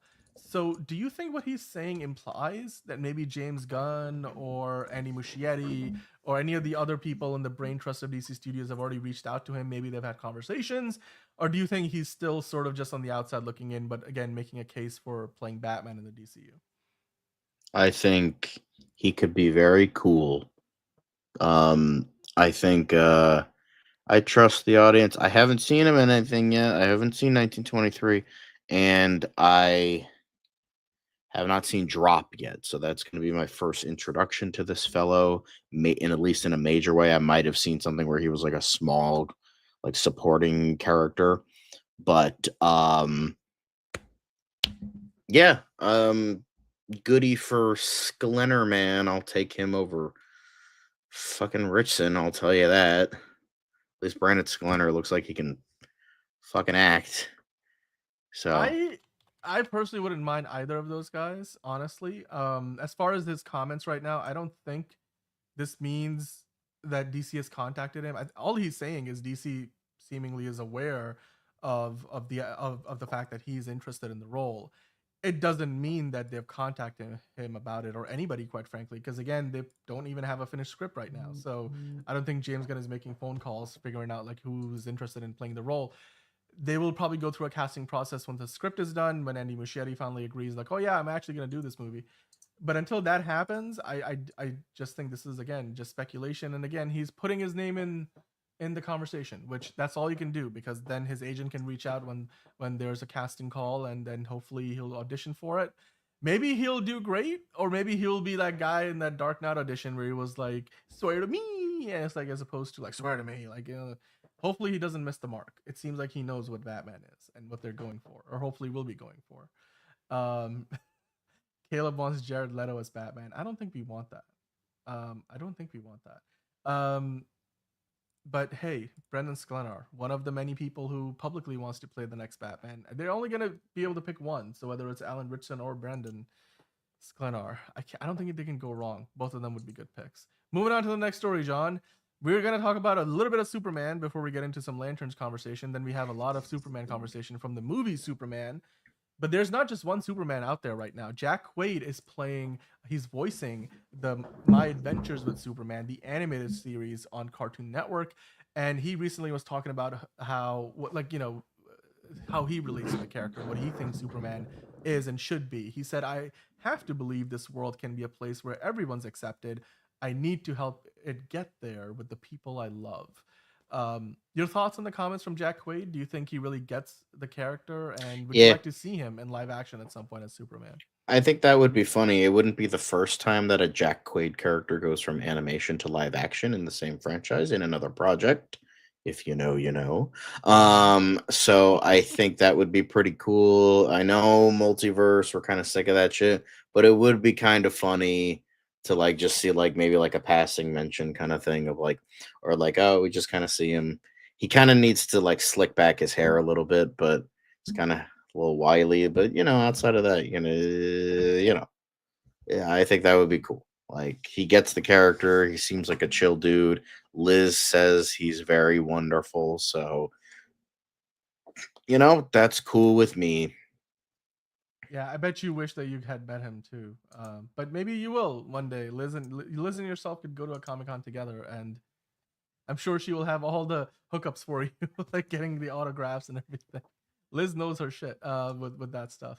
But yeah, that is an awesome quote, Enterprising. We agree with you guys in the chat. Moving on to the next thing, and we got to talk about how DC Studios has officially hired the VFX supervisor for the Lantern show. Not a ton to get into here, but obviously, talking about his past experiences, Eddie Bonin has worked on One Piece and Avatar: The Last Airbender. He's going to be the head of VFX for the DCU's Lanterns TV show. He's been nominated for Emmys in the past. John, is this a good pickup, do you think, for some critical talent behind the camera, of course, because the VFX are going to be a big part of the show, and having somebody who's got a good amount of experience and Emmy-nominated experience. What do you think about this pickup? I think that's cool. He's clearly been nominated for awards for a reason, so I'm excited what he has to bring to the table. Me too. And as Enterprising is saying, this is exciting. We agree with you 100,000%. They're continuing to add more and more talent. At this point, some of this is just confirmation. I bet you he's already been hired and working on this show for a long time. It's just they probably added it to his IMDb, so now it's become public knowledge. I hope that the VFX in this show are going to be amazing, and we will get to see hopefully the Lanterns in action using their powers and the rings. But until we get to see a trailer, all we can do is just look forward to news items like this and getting more of an inside look at what the show is up to right now. But The Legend of Kingdom Come, the documentary, has officially announced a release date. It's set for May 10th and May 17th, John. On May 10th, it's going to premiere at the Historic Music Box Theater in Chicago. And then on May 17th, it's going to have its international premiere at the Lake Como Comic Art Festival in Italy. So the director here has a quote, and they said, Sal and I had a great time making this film, and we are thrilled to celebrate the release and share our work with live audiences throughout the year. What are your thoughts on this? Have you heard about this documentary? Is this one that you want to? Bro, I'm getting the Blu-ray sometime this month. I'm already hooked up. I got the Emerald Edition. I already knew about this months ago. They said they're gonna be. I supported the Kickstarter. I should be getting a picture, an autograph picture. You told me about this. Is Yeah. this too late for me to sign up for that, or? Oh yeah, it's way too late. They're Oh, shipping dang it. shit out, Okay. man. Like this was back in All like right. January, I think. I'll have to get it some other way. You can probably buy. I mean, you Yeah. can still probably buy it somewhere. But yeah, I support it. I got the Emerald Edition, which had like extra stuff to come with it because I was like, this is exciting. I'm gonna do this. So I did it. Very exciting. I'm stoked to watch it. I love this story. I love learning more about it, the ins and outs of it. So hell yeah. Can't wait. Yeah, it looks like the Blu-ray and special items will be available for purchase while supplies last. They'll do a Q&A session as well at these premieres, which is always amazing. You get to hear from the director and the producer. So yeah, guys, if you're interested, obviously go look for this because I mean, John, when it comes out, I'm sure you're gonna want to review it. We can talk about it once you get your Blu-ray in the mail. So the Legend of Kingdom Come, go check it out, guys. Coming out in about a month's time from now, literally from a month from today. Moving on to all the Superman stuff, the Superman movie stuff, that is specifically David Corenswet Superman. John, he was recently talking again, doing a lot of interviews now, a lot of press junket stuff as they start to ramp up the promotion for this movie. While he was at CinemaCon, one of the things that he talked about is how he wants Superman to be a comfort movie for the audiences so they can keep coming back to it. Like he wants the movie to have a lot of watchability. Specifically, he said, I hope that they want to see it again. My favorite movies are the ones where you come to the end and then you think back to the beginning of the film. I want to go through that ride again and again. And honestly, when I talk about reviewing movies and rating films, I always talk about like the watchability being one of the things, one of the main factors I put into account. And to that end, I think movies like the first Guardians of the Galaxy, The Dark Knight, like these are movies you can watch, and then if you just started them from the top again, if you hit rewind and replay them again 5 times in a day, I'm okay sitting through and watching them. Then there's other movies like Oppenheimer where you're like, you watch it once and you're like, well, I think I'm good. I'll see it another time 5 years from now. So what are your thoughts? And again, David Cornsweet wanting Superman to be the kind of movie that you can watch again and again. Obviously, there's a financial benefit to him as being the actor in the movie. More people go to see it, the more money it makes. But also in general, do you think the Superman movie will be watchable in such a way that people will keep going back to it? I hope so, because I remember James Gunn saying about it. I don't know I think we talked about it on the show. I don't remember. With so much DC stuff I read and then we do on the show, it's just like it kind of melts together sometimes. Where he was like, I hope that like you go to see this movie with somebody and going out of the theater, you love and appreciate that person more because of the experience of watching this movie, which is all about love and kindness and showing love for your neighbor and your family and your friends. He's like, that was like one of the aims I wanted to do with this movie, was like love the one you're with, famous song, if you know. So that's kind of that's kind of something that I really liked as well. And I think, I'm hopefully gonna be seeing it a bunch. Hey, even if it sucks, I'll see it again. So I'll pay for it without my AMC Stubs A list. I'll pay for it with my own money because I want this to do well. I want all the money. So hell yeah. Yeah, I mean, you guys are talking about in the chat, you've seen like Guardians of the Galaxy 3 multiple times. Like I mentioned the first one, both of those are James Gunn movies. So obviously that bodes well for this one being another James Gunn film, that it's going to be something that's watchable, that's rewatchable, and the watchability factor is high so that you don't feel like after you've seen it that, oh man, I think I'm good for a while. Obviously it needs to be good. I think any movie that is watchable and rewatchable is a good movie. And repeat viewing is partly the reason why movies make a ton of money. Like they need people to show up. Like Enterprising, by the way, as saying hit the like button, everybody. Please definitely do that. But you need people to go to the movie theater multiple times, 2 times, 3 times, 4 times. Bring your friends, bring your family to watch the movie, and that's how Superman will get to $1 billion if it does. I personally, for example, went and saw Barbie 4 times when it came out, and I'm not somebody who goes to see many movies multiple times in a theater.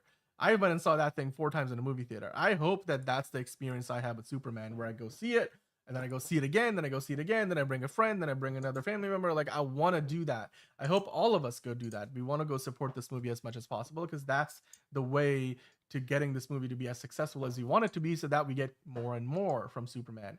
Because yes, despite the fact they're setting up a whole cinematic universe, if this thing flops, they may think twice before doing another Superman, solo movie with David Corenswet. So we definitely want to go support it.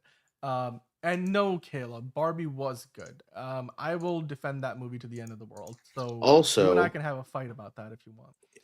Speaking of, I didn't realize this. I totally forgot, but I can actually watch the Kingdom Come documentary now. I forgot that through buying it, I'm gonna be getting the Blu-ray, yes, but you can through a portal you can watch it on the website. So I'm gonna probably do that soon. I don't know when, but I'll soon, hopefully, and then we can talk about it on the show on a slow news day. We could talk about it. Yeah. So no, we would definitely, man. I'm like, get me that hookup, please, if you can. And Caleb making a good point. If this is a bad superhero movie, it would be the very first James Gunn movie that is actually not good. So yeah, what are the odds of that? And then Lex saying, yeah, James Gunn is very good with dealing with emotions on film. And we agree. I think he's always done a great job of balancing things out, even with the Suicide Squad, which didn't make a ton of money. People loved that movie. It came out in the middle of the pandemic. So yeah, Enterprising saying Gunn made people care about a walking tree who speaks only 3 words. Yes, he's got this. I saw a joke somewhere the other day, by the way, that they need to do a rock, paper, scissors movie with Korg, Groot, and then what's Korg's assistant with the scissors? He's when he first meets him in Ragnarok. They need to do that. No, Meek. They need to do a Korg, Meek, and Groot movie and call it Rock, Paper, Scissors. I'm like, yes, I want to see that movie, because that movie would be pretty freaking hilarious. Like, oh, the jammer, not the jammer, the hammer took you off. Like, okay. Like, that whole thing was like completely and then I went to go, oh my god, I fucking hate it. Korg needs to fucking die. He finds a whole life partner, as in a whole family by the end of yeah. Oh yeah, my rock partner named Dwayne. All right, fucking shut the fuck up, Taika. You fucking loser. Dwayne. Look, I'm rewatching Brooklyn Nine-Nine these days, so I'm like, that kind of humor just goes a long way with me, because that's exactly what that show's all about with Andy Samberg. But yeah, you guys are effusive in your praise for James Gunn, as we should be, because he's got a really good track record. Speaking of Superman, reportedly, now this is something Lex was talking about earlier in the chat. Reportedly, there will be a new suit, and it will be supposedly a fixed up, tweaked version of the suit that we have been seeing so far in the movie and all the marketing material for Superman. It's also being described as a little bit different, but also nothing major. So here they've got a bit of a Photoshop version here. So again, guys, don't go off this image, because the image on the right is very much a Photoshopped version. Maybe somebody going in and saying, maybe make the logo a little bit bigger, get rid of the other details. I don't really know if they're going to change the suit that much in the movie after he gets healed up. But John, do you think it's possible we get a new suit in Superman at some point after he gets healed up from a fight? Yeah, I think so. I mean, there's little changes here and there, like the fixed up tweak version, where we get,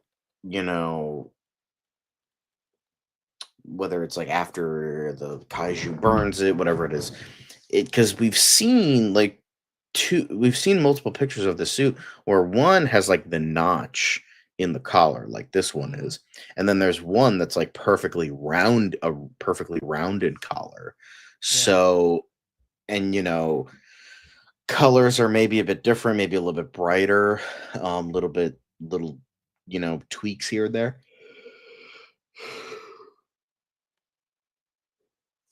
Shazam is fucking amazing. Fuck off, Caleb.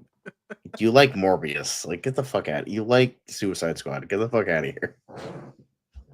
Anyway. I mean, guys, let us know in the chat. What do you think? Do you think Superman will end up getting a separate suit? Again, the comments here from this Reddit user, which, again, take it with a grain of salt, even they're saying it's not going to be all that different. There may be some minor changes. So like John, you suggested, maybe the collar is a bit different. Maybe some of the details, the minor details are a bit different.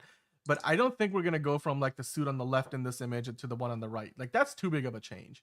That's like a wholly different suit and a wholly different kind of a look that I don't think James Gunn is going to want to do that.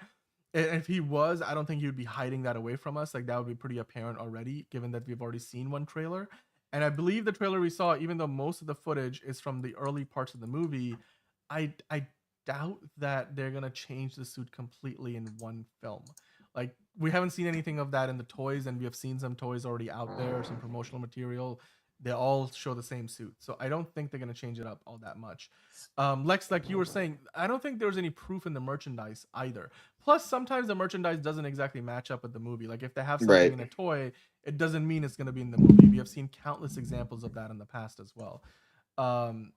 Christian saying, I just hope the S evolves into the classic SL emblem. Not a huge fan of the Kingdom Come symbol, though I respect the comic. Here's the thing. I don't know if they're going to change that, because that is so central to this version of the character. I really don't think they're going to introduce this and all of a sudden, because then that would mean like the whole Kryptonian mythology has to kind of adjust accordingly, right? Because like this version of Krypton, that's the way they draw the S. Like, you can't just, unless they do a whole reboot or a soft reboot, I think this is the S we're stuck with. So just from an expectation standpoint, if I were you, Christian, I wouldn't expect that to change. Unfortunately, if you're not a fan of it, this is the one you're getting. But if you and it might grow on you over time. Who knows? It might just become normal to you. So Caleb saying Shazam is like Thor Ragnarok, but more bland and less funny. Well, the first one I thought was pretty good. The second one I'm not as big of a fan of, but I think both are really good. Obviously the first one's better, but Thor Ragnarok is this giant steaming pile of wide titties horse shit. So I mean, Thor Ragnarok is great. I will say this in hindsight, with how absolutely and abhorrently atrocious Love and Thunder was, it does make Ragnarok look better by comparison, which is not saying much. But you know what? If like I had to watch one of the two, like for instance, if there was a gun to my head and I had to watch one of the two, I would say pull the trigger. But the second reasoning would be Ragnarok. The second choice would be Ragnarok. Gotcha. Well, we got TC24 in the chat saying the Kingdom Come logo is probably here to stay. I personally think, right, in terms of all the 4 Thor movies, the order of like greatness, it's Ragnarok, the first Thor movie, then Thor: The Dark World, and then Love and Thunder. But I think Ragnarok is the best of the 4. Lex saying there's been merchandise where the cape sits close to the crest, the collar looks different, belt, and there's a different belt and buckle as well. That might just be the toy design, some of those changes. That I don't know if that has much to do with the actual suit being different. But I guess it's possible. Maybe the proportions won't always line up in the toys either. So yeah, it's possible they will have a tweaked version of the suit at some point in the movie, but we'll have to just wait and see. One Christian saying the Wonder Woman 2017 is the best DCU film. Ragnarok is good in my opinion. I remember back in 2017 I watched it with a good friend. I miss him. He left to college, now he travels the world. Miss him. Well, hey, hopefully your friend and yourself are still in touch, and yeah, maybe you guys can catch up and watch a movie together sometime when he or she are back in the States or wherever you're located. I think you said, Christian, you were in Detroit. No, that was Film Spook. Never mind. Let us know, Christian, where you're watching from. Enterprising saying the second Shazam would have had either Blaze or another lesser known Shazam villain. That they should have used a different villain, basically. Yeah, I think I do believe that. I still think who they got was really good, but I think to pay off the post-credit scene, I think it should have been Mr. Mind and the Monster Society of Evil. It should have been, I don't know, just anybody kind of like that vibe. Captain Nazi could have been interesting, but played by Elon Musk. But it's that could have been interesting. There's a ton of other villains you could have chosen for that rather than original characters. But Shazam Fury of the Gods has one thing that Thor Ragnarok doesn't, and that's Diedrich Bader. So it automatically beats Thor Ragnarok. So yeah, Caleb so saying it the has villains Diedrich were Bader. AI, It convince me automatically wins. otherwise. It has the Batman that does not eat nachos. Automatically better. Every facet, just because By of the that. way, shout out to Christian, Midwest Indiana, eastern side of USA. Are you near Pawnee, Indiana, Christian? I mean, we're big fans of Parks and Rec on this show. But Lex saying there's a Superman sticker the camera department made. You'll see what I'm talking about. I don't know, Lex. If you can find that for us, we will definitely take a look at it. I'm actually gonna see if I can find it right now. But even if you talked about it on the show, I don't know if the suit is different. But here's the thing: if you look at a sticker, actually, you know what? I found it. But if you look at the sticker design is not always gonna be reflective of like the actual, like live action version of it. I believe this is what you're talking about, Lex. I don't know, John. Does that feel different enough to you that it would qualify as a whole different suit, or do you think that's just an I think that's artistic just representation? embellishment of art, Yeah. essentially. Yeah, I think that's just I like agree it's with you just on an that. artist's rendition kind of thing. Yeah, the proportions won't always match. You know. Oh, they did one for James Gunn too. That's nice. Everybody loves James Gunn with all these like specifically named things where he gets he gets his own treatment with all of it. Anyway, moving on to the next thing, John. We were talking about the other day how Bloodsport obviously is canon. I suppose the character exists in this universe since the Suicide Squad happened, like the James Gunn version of the movie.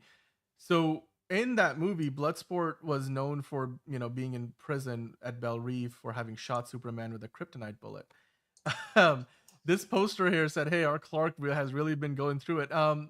Do you think they're gonna explore that storyline? Do you think that version of Bloodsport is canon to the DCU, and that Idris Elba's Bloodsport shot David Corenswet Superman with a kryptonite We bullet? don't know anything in regards to continuity, and James Gunn seems to be making it way more confusing. So, yeah. Yeah. It's just like the Suicide Squad is kind of in this weird limbo of like it's partially canon to the DCEU, but partially canon to this one. It's got, we're confirmed Peacemaker, like James Gunn already confirmed that Peacemaker season 1, everything except the Justice League is canon. So you have that, and with that, Peacemaker, the events of the Suicide Squad in some facet are canon, and him probably killing and him definitely killing Rick Flag Jr. because it was confirmed in Creature Commandos that Rick Flag Jr. is dead because they said it at the beginning of the first episode. So there's that as well. So some things are canon, just not everything. So we don't know if Bloodsport shot Henry Cavill or shot David Corenswet. So yeah. I mean, Snyder fans are probably going to say, oh, yeah, he shot David Corenswet because fucking Henry Cavill would have just like taken the bullet and like stabbed him in the eye and then snapped his neck because Henry Cavill is a big boy Superman who kills people and is awesome and okay, I won't take the slander. Okay, that's not well. Some Snyder bros, I'm sure, will think that, but Henry Cavill Superman, it's just low hanging fruit, bro. Henry Cavill Superman freaking died and came back to life. So I don't think David Cornswet Superman is getting anywhere close to that level of damage anytime soon, unless we're doing the Death of Superman thing again. The Wear the Cape in the chat. Hello, Wear the Cape saying, "Oh, Reddit, the post Project Starro is the timeline." They did say Starro like happened, like so that whole. What was the name of that fictional country that they go to in the Suicide Squad? That whole thing is canon too. Like Starro exists. Like they did say that. So yes, we're the Cordo Maltese. That's a good point. Cordo Maltese, which I'm pretty sure is a stand-in for like Venezuela or something. It felt like that's what they were going for. Henry Cavill Superman did get his ass beat by Batman, but then he actually, Chris. I feel like Henry is only glazed because he's attractive. That's not the only thing that's glazing him. I'm just saying, a lot of people, to Henry Cavill. I'm just saying it happens. Glazing is happening in regards to Henry Cavill Superman, but that's just how it be because a lot of people are disgusting degenerates, including me. But that's beside the point. And Liz, is self anointed because she had some fun opinions the last couple of days on the show.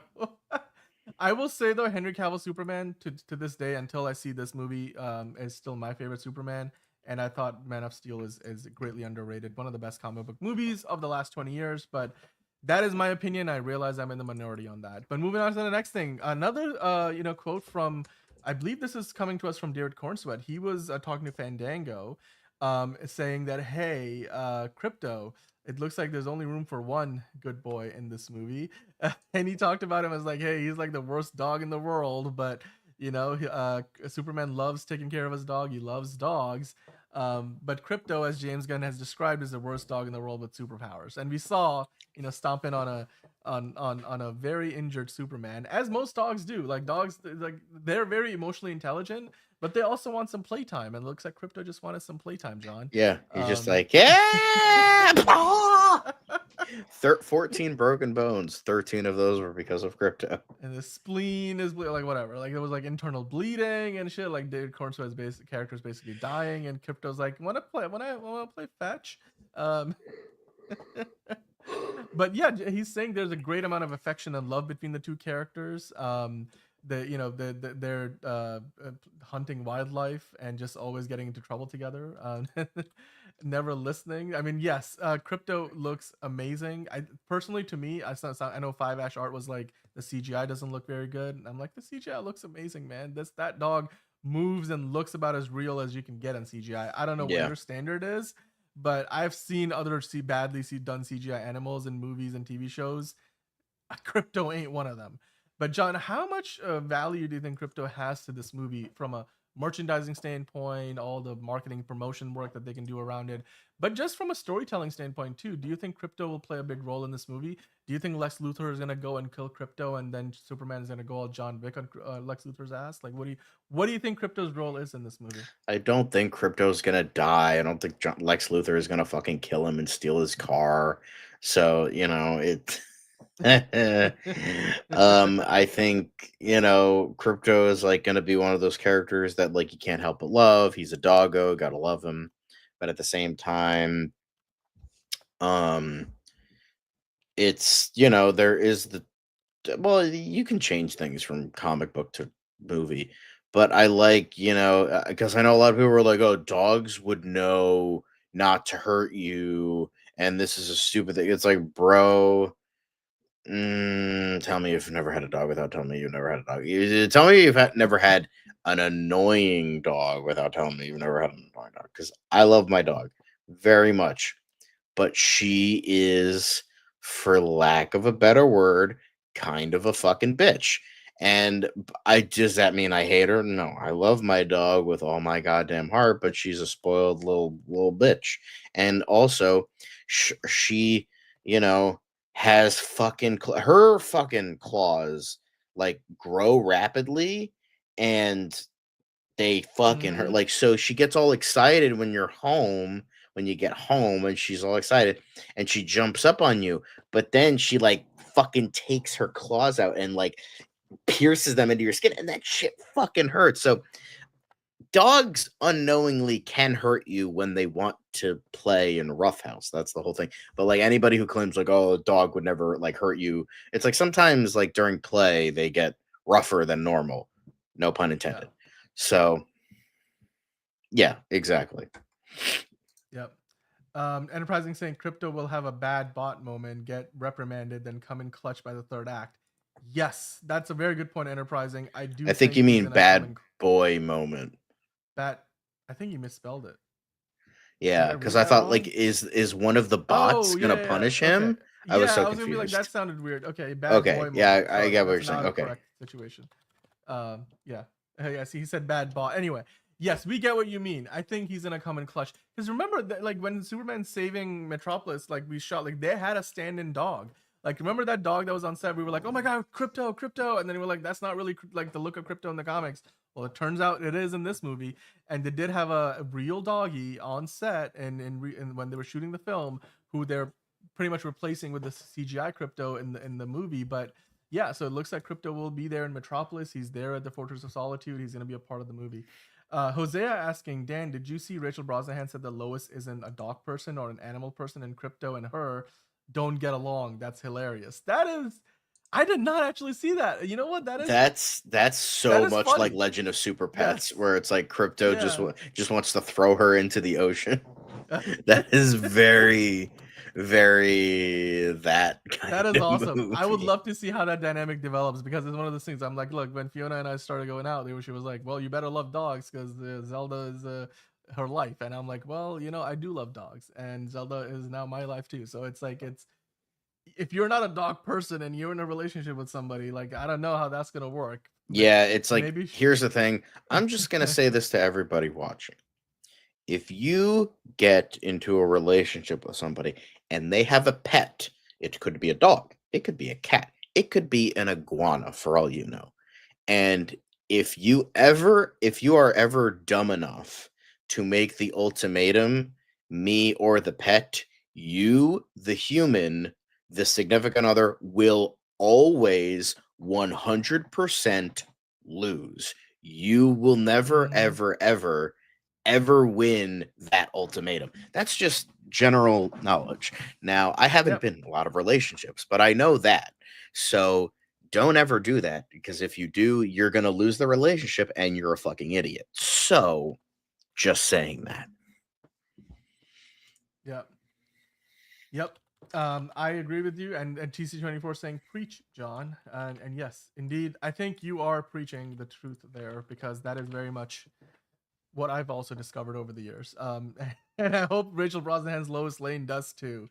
But speaking of Krypto, I don't think he's going anywhere, because TC24 made a really good point that he's gonna be a part of Woman of Tomorrow. I think David Corenswet has almost already said that too. So, and he's in part of the comic that the movie is based on. So I don't think Krypto's going anywhere anytime soon. So you don't have to worry about James Gunn killing off another animal in this movie.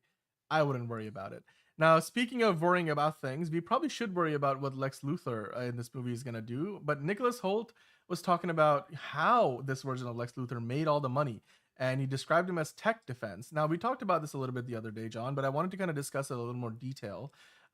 Lex, according to Nicholas Hoult, invented one of the best forms of batteries in the entire world that almost everything runs on. And we don't ever talk about this in the movie, but I think that's where he's made the majority of his money. Now, the way he kind of talks about this here, Nicholas Hoult, do you think that's just the motivation or the character background in his mind that he used as an actor? Or do you think this is actually like canon to this new DCU, where that, like, he's a tech billionaire, this Lex Luthor? I think that might, with him saying it's not mentioned in the movie, I think that's just like his background, his lore for the character, that like why he's doing what he did, why he has such like this massive ego. He's like, I did this thing that like is so fucking amazing, the entire world uses it. Also, by the way, this little extra bit from the IMAX trailer confirms that Lex Luthor goes into the fortress, because that is the fortress doors that is featured in the sneak peek. Anyway, I'm still in that same situation, man. I agree with you 100%. Yeah, the pet will always win. Pet will always win. Pet will always win. But yeah, this, I think, again, it's just one of those things where it's like, I mean, Nick, you didn't have to mention it. It's just one of those things where it's like a secret to you and only you, where it's like, I mean, it's cool that he kind of lets people in on that aspect, but I think I that was my theory, like way back when, because we didn't see Anthony Carrigan on set. So that could be the case, but the thing is, Anthony Carrigan, I don't think is that big. I don't think he's that tall, so I don't think they're gonna go with that. But yeah, I kind of liked this reasoning. This was in that interview we showed off a couple weeks ago. Yeah. Figure drawing, so saying, I think stay that's away from a partner who puts a pet above you. I mean, I guess it depends on how deep into the relationship you are, right? Like if you are married, I'm sure like they will love and care about you. And depending on the pet that you have, your relationship might last longer than the pet will be around for. But like, it doesn't mean that you don't love the pet. Caleb, I know you didn't mean live action. I corrected it, didn't I? Yeah, live action Lex Luthor. But no, John, I don't think Metamorpho is. I don't think they're going in that direction. It's more likely No, I that don't the think mask so. character is David Corenswet, like playing an evil version of the Um, Superman.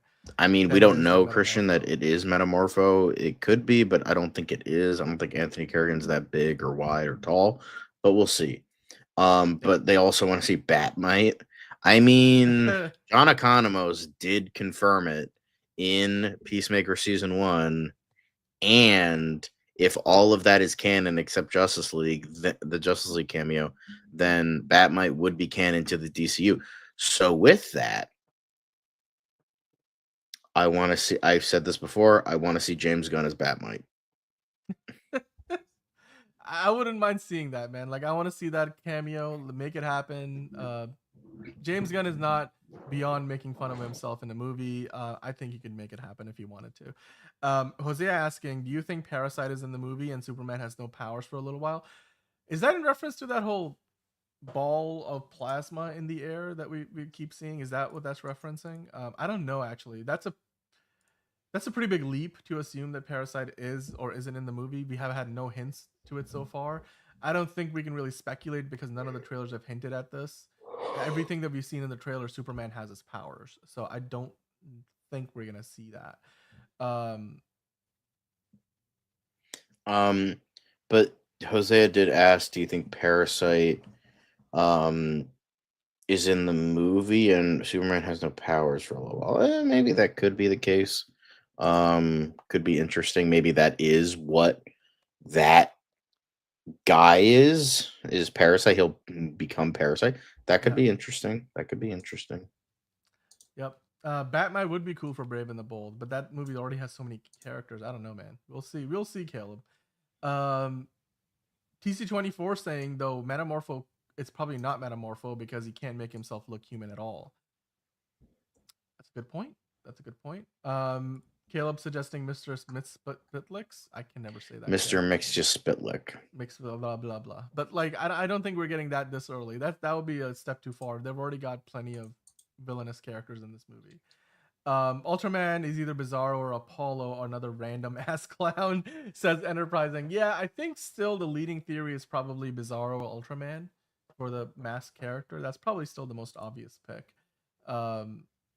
Caleb saying it's a Bizarro clone under an Ultraman costume. Well, there you go.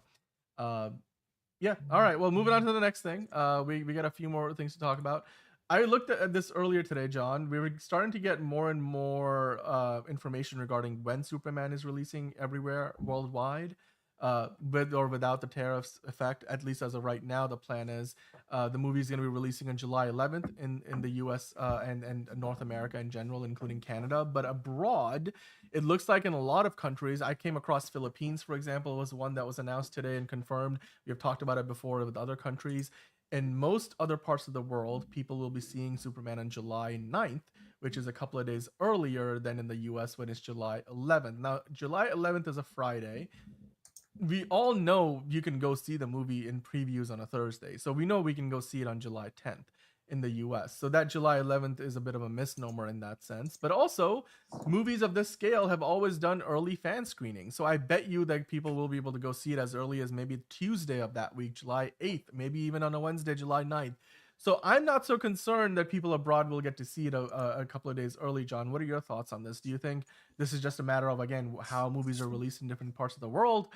Are you concerned that people will get it spoiled for themselves? But I mean, I guess that will, for me personally, will depend on if I wait to see it on Friday. Most people who are that desperate to go see the movie, they'll just go on a Thursday or one of the fan screenings earlier. What do you think, John? I mean, that's what I'm going to do. I'm probably going to see it on Thursday.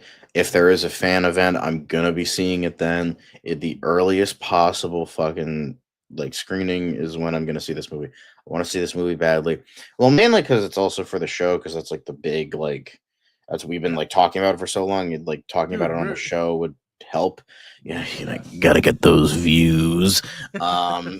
So Yes, the that's how earliest it. we can, we will be seeing it. Yeah. Well, I mean, but considering how how much of a shit show the U.S. is, like it's just like, Superman's boring. Snyder is the greatest filmmaker of all time. Fucking Henry Cavill, have my babies. So it's like, it's like let's try to get away from that. Let's give into the whole like international market where Superman, I wouldn't say isn't as popular, but it's like, I mean, he's recognizable, but maybe not as recognizable. So, like, let's sell it to the international audience. I think that's a good thing because international audiences, well, maybe not China, but like maybe India and Japan and like all these other countries, it wouldn't be the biggest profits ever, but it would be big enough to help, the worldwide gross in terms of all that. So, I think that's, would majorly help Yeah. I think from matters. a financial standpoint, releasing a couple of days early, officially at least, because like I said, most people in the US will be able to see it close to July 9th, if not on July 9th, depending on if there's fan screenings. But most previews on Thursday will be July 10th. But even so, I think for the international audience to get it a couple of days early, studios do that sometimes because then that generates they're expecting for this movie, for example, positive buzz. And what they wanted to do, like they did this, Warner Brothers did this for Dune, where they released it early abroad, even further back, like it was like a week early or 2 weeks early. You get that positive word of mouth, you get the box office numbers, it puts the movie in a pretty good place before it comes out in what is going to be the biggest market for the movie, and that is North America. So if that gives and that positive momentum, it builds up that positive momentum ahead of the movie coming out in North America, in the US and Canada, that will be a good thing for Superman, because then people will be like, oh my God, yes, everybody says they love it. So I can't wait for it even more. And like I said, for the fans, like you said, John, for the fans who are hardcore fans, you want to go see it, they will have an opportunity to go see it before July 11th. There will be plenty of early fan screenings. You will be seeing the previews on Thursday. So if you really have the will, then there is a way. But I think the positive buzz is the intent and the goal here, that people will start talking about it in the middle of the week on Wednesday. That's going to be Superman week. That's all they want people to be talking Yep. about. And I think the goal here is exactly that, and that this strategy will pay that goal off, and hopefully the results will be exactly what we are expecting, and that's maybe up to $1 billion at the box office. The chat is now going pretty wild. TC24 saying, and if international audiences love it, it might get those people on the fence to see it opening weekend. Exactly, TC24. That is exactly the point. If there are people who aren't so sure about it, like you said, TC24, if international audiences are talking positively about it, John, you and I, and I'm sure many of you guys in the chat, especially a lot of you guys already live abroad, but I'm sure even if you live in the US, all of us know people abroad. So like if one of our friends or family members tell us the movie's great, go see it, we loved it, we're going to go see it again. And if you are not so sure about it yourself, then that makes it more likely that you go see it, because all of us, when we go to buy something, we like to check out the reviews. The same thing goes for movies. If you're going to put your money in and go spend a few hours of your day to see a movie, you're going to want to see what the reviews are like, and getting some of those early reviews will help the audiences in the US and Canada. If you're on the fence, especially, be more likely to go see it opening weekend. So I think this is a good strategy. Enterprising saying international audiences propelled Aquaman to $1 billion. Superman can do it as well. Absolutely. I think that's a really, really good point. Ron saying, oh, I got the Superman hoodie from the movie today. Wait, did you? Wait, what? Which movie? Which hoodie? You mean like one of the merch things from the DC store? Or is it like one from, I don't, was there a hoodie in the movie, or is it just like the one with the Superman logo on it? Let us know, Ron. We would love to, we'd love to see it. Like, send us a photo. Like, get in our DMs. Hosea saying, do you guys think the next Superman trailer drops April the 18th? Let's talk about that in a second. Actually, let's talk about it right now. So we've been discussing this like pretty much every day, John, but Superman Day, they keep ramping things up. There's more and more stuff happening. There's more comic book releases. They're doing promotional events and more social media advertising. There's going to be a special tour at the Warner Brothers studio lot. You can go see a lot of Superman memorabilia and props and costumes from past iterations on April 18th. So it's going to be a big event, a cross-cultural, integration event, where they're going to try to tie everything Superman across the board. Yeah. So James Gunn has said he's working on the next trailer right now. He's almost done with it, and he's also been working on Peacemaker. But as far as Superman goes, John, at this point, is it pretty much obvious as bright as day that Superman is gonna get its next trailer on April 18th? Do you think James Gunn could potentially swerve us and then release it another day, maybe early, or is Superman Day April 18th the day that we get that next trailer? I think it's most likely that we're going to get that on the 18th. Makes the most sense. Seems like it. I thought maybe if it was a trailer at CinemaCon, we would be getting it day of or day after. And we kind of did, but it was a sneak peek, not a trailer. So we're getting another trailer, April. Let's hope this propels more shit. I hope we hear Lois Lane. Honestly, that would be a good thing. But yeah, you know what? That's a good point. We haven't heard anybody talk outside of Superman with the "Take Me Home." And the robots. The robots, yes. And we did hear a little bit of Lex Luthor. He said he's back, and that was it. Yes, that's true. That's true. Which, that sounds like anything Nicholas. And the little kid, but like that's not a major character. Yeah. And the chanting in the background, that doesn't count. But yeah, Jose, like if it wasn't the Super Bowl, then it's definitely going to be Superman Day. And it makes sense. Like, make it its own thing, and people are not talking about like, this is one of 5 other trailers that dropped the Super Bowl. This is going to be probably the only trailer that drops that day, and certainly the biggest one. So the last one broke records. We just hope to see the same for the new one. Enterprising saying, I would like to visit another country one day just to say I live fruitful life for adventure for once. Life of adventure. Well, you know what? We hope you do. Travel, go see the world. It will broaden your horizons. And that's what the world is there for. Like you'll be able to see the world from a different perspective if you go abroad. So if you get a chance, then definitely go travel abroad. I think you'll love it. All of us I'm sure can relate to that.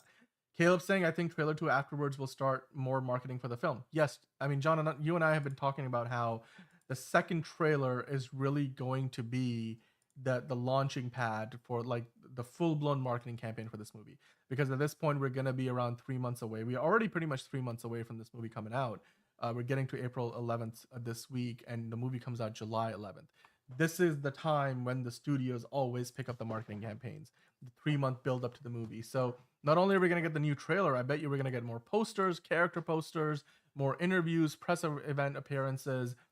If there's a Comic-Con coming up between now and then, they'll probably be there. So I just think this is the beginning. We're gonna get more TV ad spots, more footage from international trailers.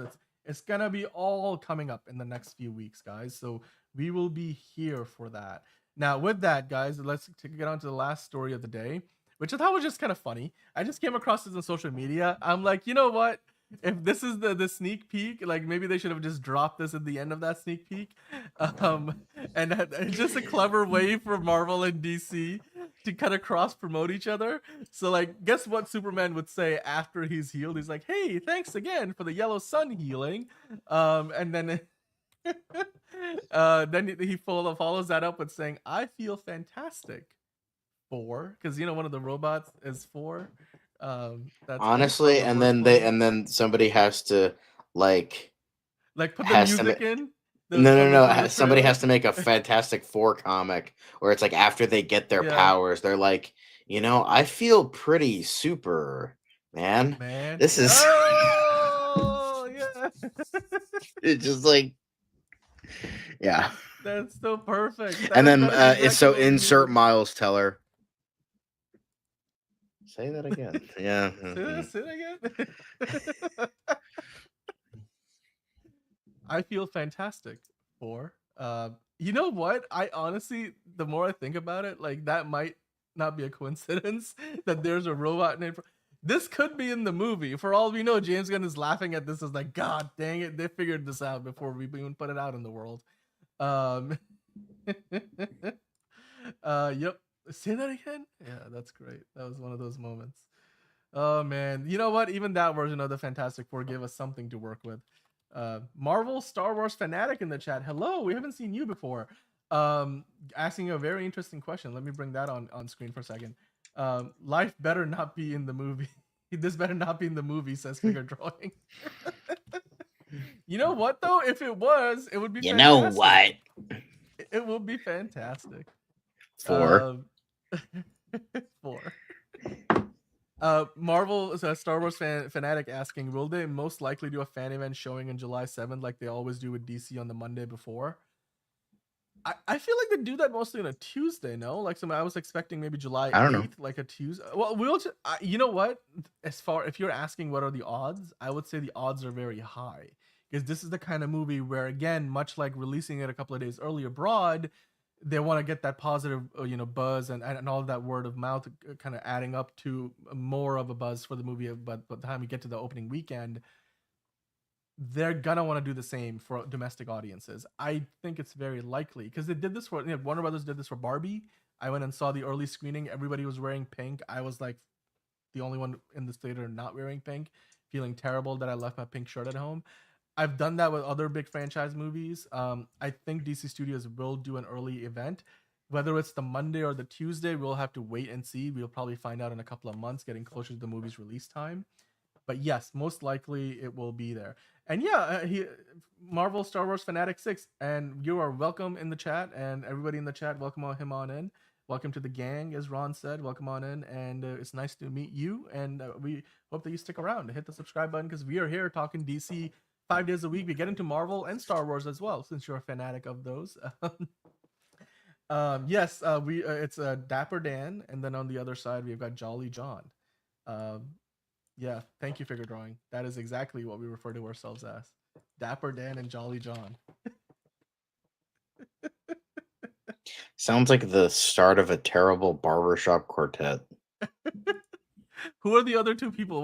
What would be Liz's name? Lovely Liz. Lovely Liz. Okay. And Fabulous Fiona. That's our quartet. That's the quartet. That's the quartet. Caleb saying welcome to the machine. There you go. Welcome, my son. Welcome to the machine. Anyway, I like Pink Floyd. There you go. Yep. Say that again. Sexist Liz. Why is Liz sexist? And you spelled her name wrong. Okay, she did kind of like go on a rant, but she kind of prefaced it by saying, "Guys, I'm about to go on a sexist rant." So I think she was being a bit meta about it. I think it was like was it Monday? I think when John probably because I don't remember that. Yeah, it was the whole thing. She went on this whole rant about how like she doesn't find David Corenswet attractive, and she's just tired of like them not hiring good-looking actors to play these characters. I'm like, what are you talking about? She's like, Rachel Brosnahan doesn't do it for me. I'm like, really? Okay.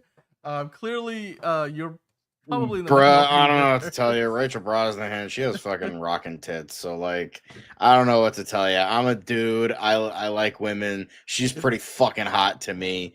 Like, she bared all in Mrs. Maisel and other projects. So I was like, that's good with me. I don't give a fuck. And you know what, David Corenswet, he's pretty mighty fine too. Like, you know what? It's here's the thing. It's the voice for David, like much like it is for Henry Cavill. Henry Cavill, like having a British accent definitely helps. But like David Corenswet's like very smooth, deep voice. That is like the voice of a man that will protect me at all costs. And that's what I want in Superman. So it works. So yeah, I'll take it. Yep. And believe in the bulge, as they say, because that's still definitely a part of the conversation. I mean, remember, he is the Man of Steel for a reason. So true. Because Kristen's like, I know my boy David smashed. Okay, I don't think that's part of the movie, but I'm sure that's insinuated, probably. Yes, probably. It's not like literally the Chad Superman versus the Virgin the Batman, because they literally like we see some kissing action going on in each of these sneak peeks and trailers. So Superman's getting some. Meanwhile, Matt Reeves essentially confirmed that fucking Robert Pattinson's a little virgin bitch boy. So like, I know like Batman's considered the Chad superhero. Oh, with prep time, he could fucking do anything. No, but my boy Superman, he's getting it. And then like, oh, the fucking Matt Reeves fucking loser virgin boy over here. I'm just kidding. If you're like, this is all a joke. If you're actually a virgin, there's nothing wrong with that. This is all a joke. I'm just joking, by the way. So calm down. John's being facetious. All having fun. Marvel Star Wars fanatic, thank you for liking and subscribing. We appreciate it. We're glad you're here. I have to say that because that's me. Yes, You should not John be has to- hated for Yes. not having the sex. If you're not ready yet, then don't have the sex. Don't be pressured. Don't follow into peer pressure. Maybe Batman is waiting for the right gal. Catwoman didn't do it for him. Maybe he's waiting for maybe Silver St. Cloud. Maybe Vicky Vale. Maybe Julie Madison. I don't know, but one of those. Maybe he's waiting for the right gal. Yeah. Anyway, maybe that's probably what it is.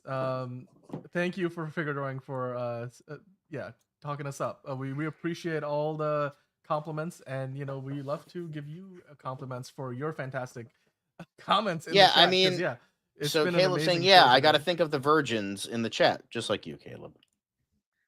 We love you, buddy. Yeah. Yep.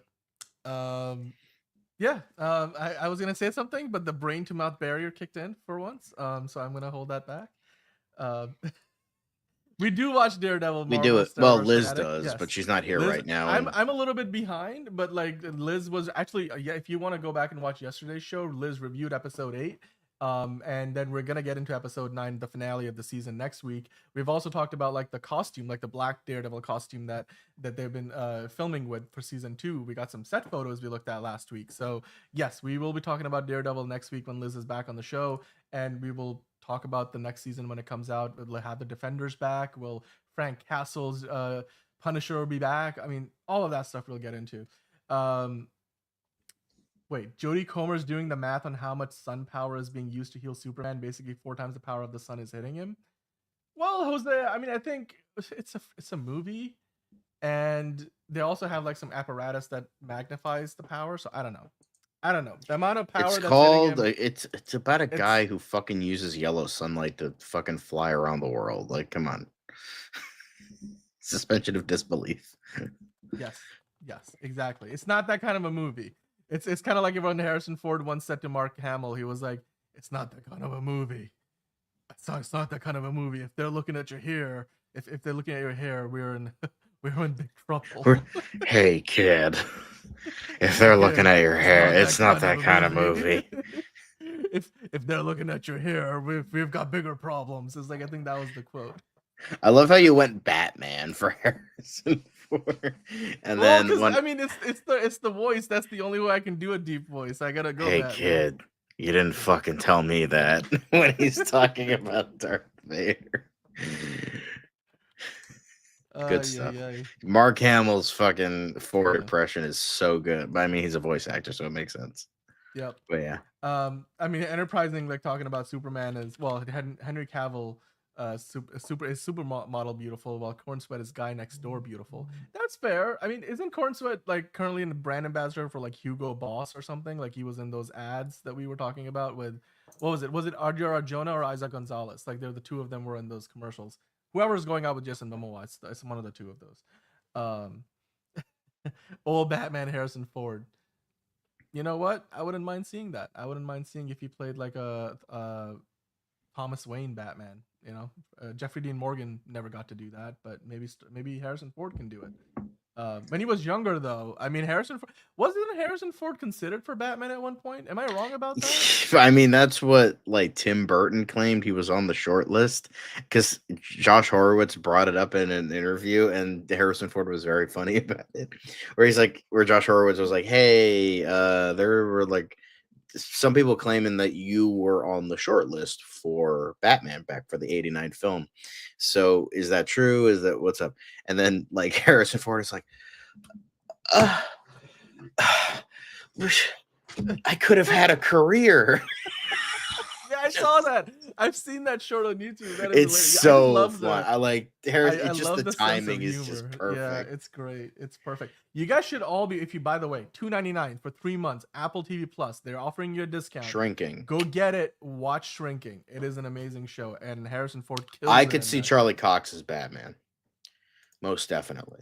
But it's funny because back when Matthew Vaughn wanted to do his like Godfather Superman trilogy, he wanted Charlie Cox as Superman because he worked with him on Stardust.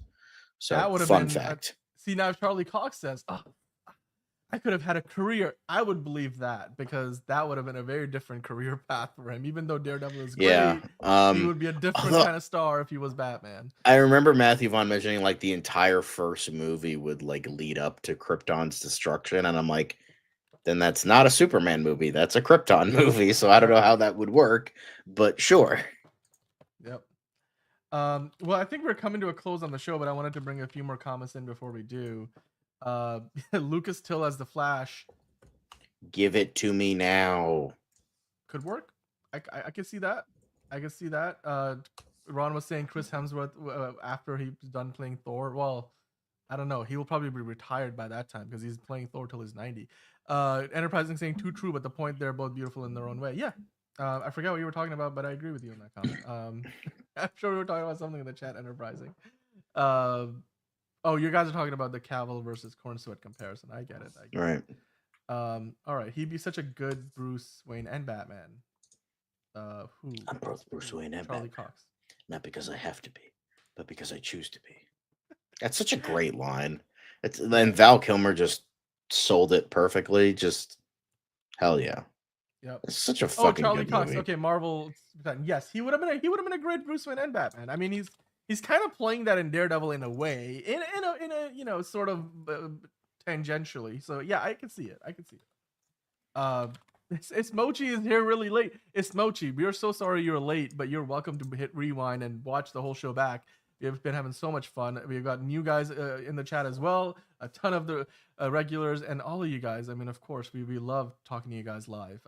And yes, before we leave, Christian just wanted to say, Kal-El, no. Yeah. Caleb was Kal-El, no. Guys, I just remember when the movie came out and everybody was like, wait, that was a Zack Snyder line? And that was like, everybody was like, no. Like, they were literally reacting to it as it's like the worst thing ever. Yes, figure drawing, we know how light works. We understand, photons hit our eyes, then, the light, the signal travels down the optic nerve into the brain, and then, it does this whole thing. We get it. We're on the same page. We understand. Yes, that's how photons hitting stuff works. Yes, in the form of light. Thank you. A quick science lesson there for you guys. Yeah, enterprising. Yes, David Corenswet is married. He does live in Philadelphia, so yes, he doesn't need to worry about the ladies. He's got a baby on the way, actually. And if you read that interview that he did for Entertainment, I think it was Entertainment Weekly, where he talks about all of that. It's fantastic. Definitely worth a read. And Mochi, yes, watch everything back. We talked about everything today. We had Val Kilmer's Batman making an appearance earlier. Not literally, but we talked about it. We talked about a bunch of Marvel stuff. Obviously, we talked about a ton of Superman stuff. Lanterns, so much. The way that David carries himself in interviews, the energy that he's got, Ron, I agree with you. He is Superman. And I think one of the biggest things that James Gunn mentioned was that when he hired David Corenswet, he was like, look, I want you to set a precedent by being just a good person on set and leading by example. Like, if you do that, I will hire you for the role. And David Corenswet has, by all accounts, done exactly that. So we appreciate it. And I think he's so far, waved the flag and loud and proud that he is firmly going to be the Man of Steel for quite some time to come. And he's going to be the face of this franchise, at least until we get Batman. But Superman is where it's at right now. We can't wait for the next trailer coming out on April 18th. We'll be back here tomorrow, or I guess if you're on the East Coast, later today, April 11th, with another episode of DCU Daily. Until then, thank you as always for joining us. If you guys are new, of course, if you haven't already, hit the subscribe button like Marvel Star Wars Fanatic 6 did, and everybody else, Christian, Ron, Caleb was here earlier, Mochi is here right now, Elite Easy E, Figure Drawing. Who am I missing out right now? I mean, there's so many of you guys in the chat. Fiona was here earlier. I'm sure she's fallen asleep now. It's kind of late. Hosea, TC24. Who else is there? I think Lex was here earlier. Lex, Hugo Millie, Enterprising, of course, Hunter Iggy. Everybody, yes. Smack that like button, like Christian is saying, and hit it hard, because we do appreciate that. And if you drop your comments down below, let us know what you think about Superman so far. What do you think about that, potential Fantastic Four nod? I feel fantastic. 4. I would love to see that, and maybe like they I answer it think I back feel in pretty Jurassic Park. super, man.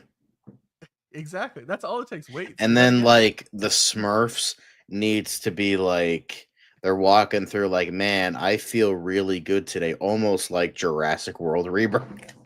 just like not even like clever or anything, just like dropping the title. And then like in Jurassic World, they're like, "Oh my god, you are blue as a Smurf right now," and then you're like, "What?" It's just you just all the. I mean, the, Dan, you look wires blue as a crossed. Smurf with that shirt, but you know. Wow. Okay. You know what? On that note, we're gonna call it a show, and we'll see you guys tomorrow on another episode of DCU Daily. Hell yeah.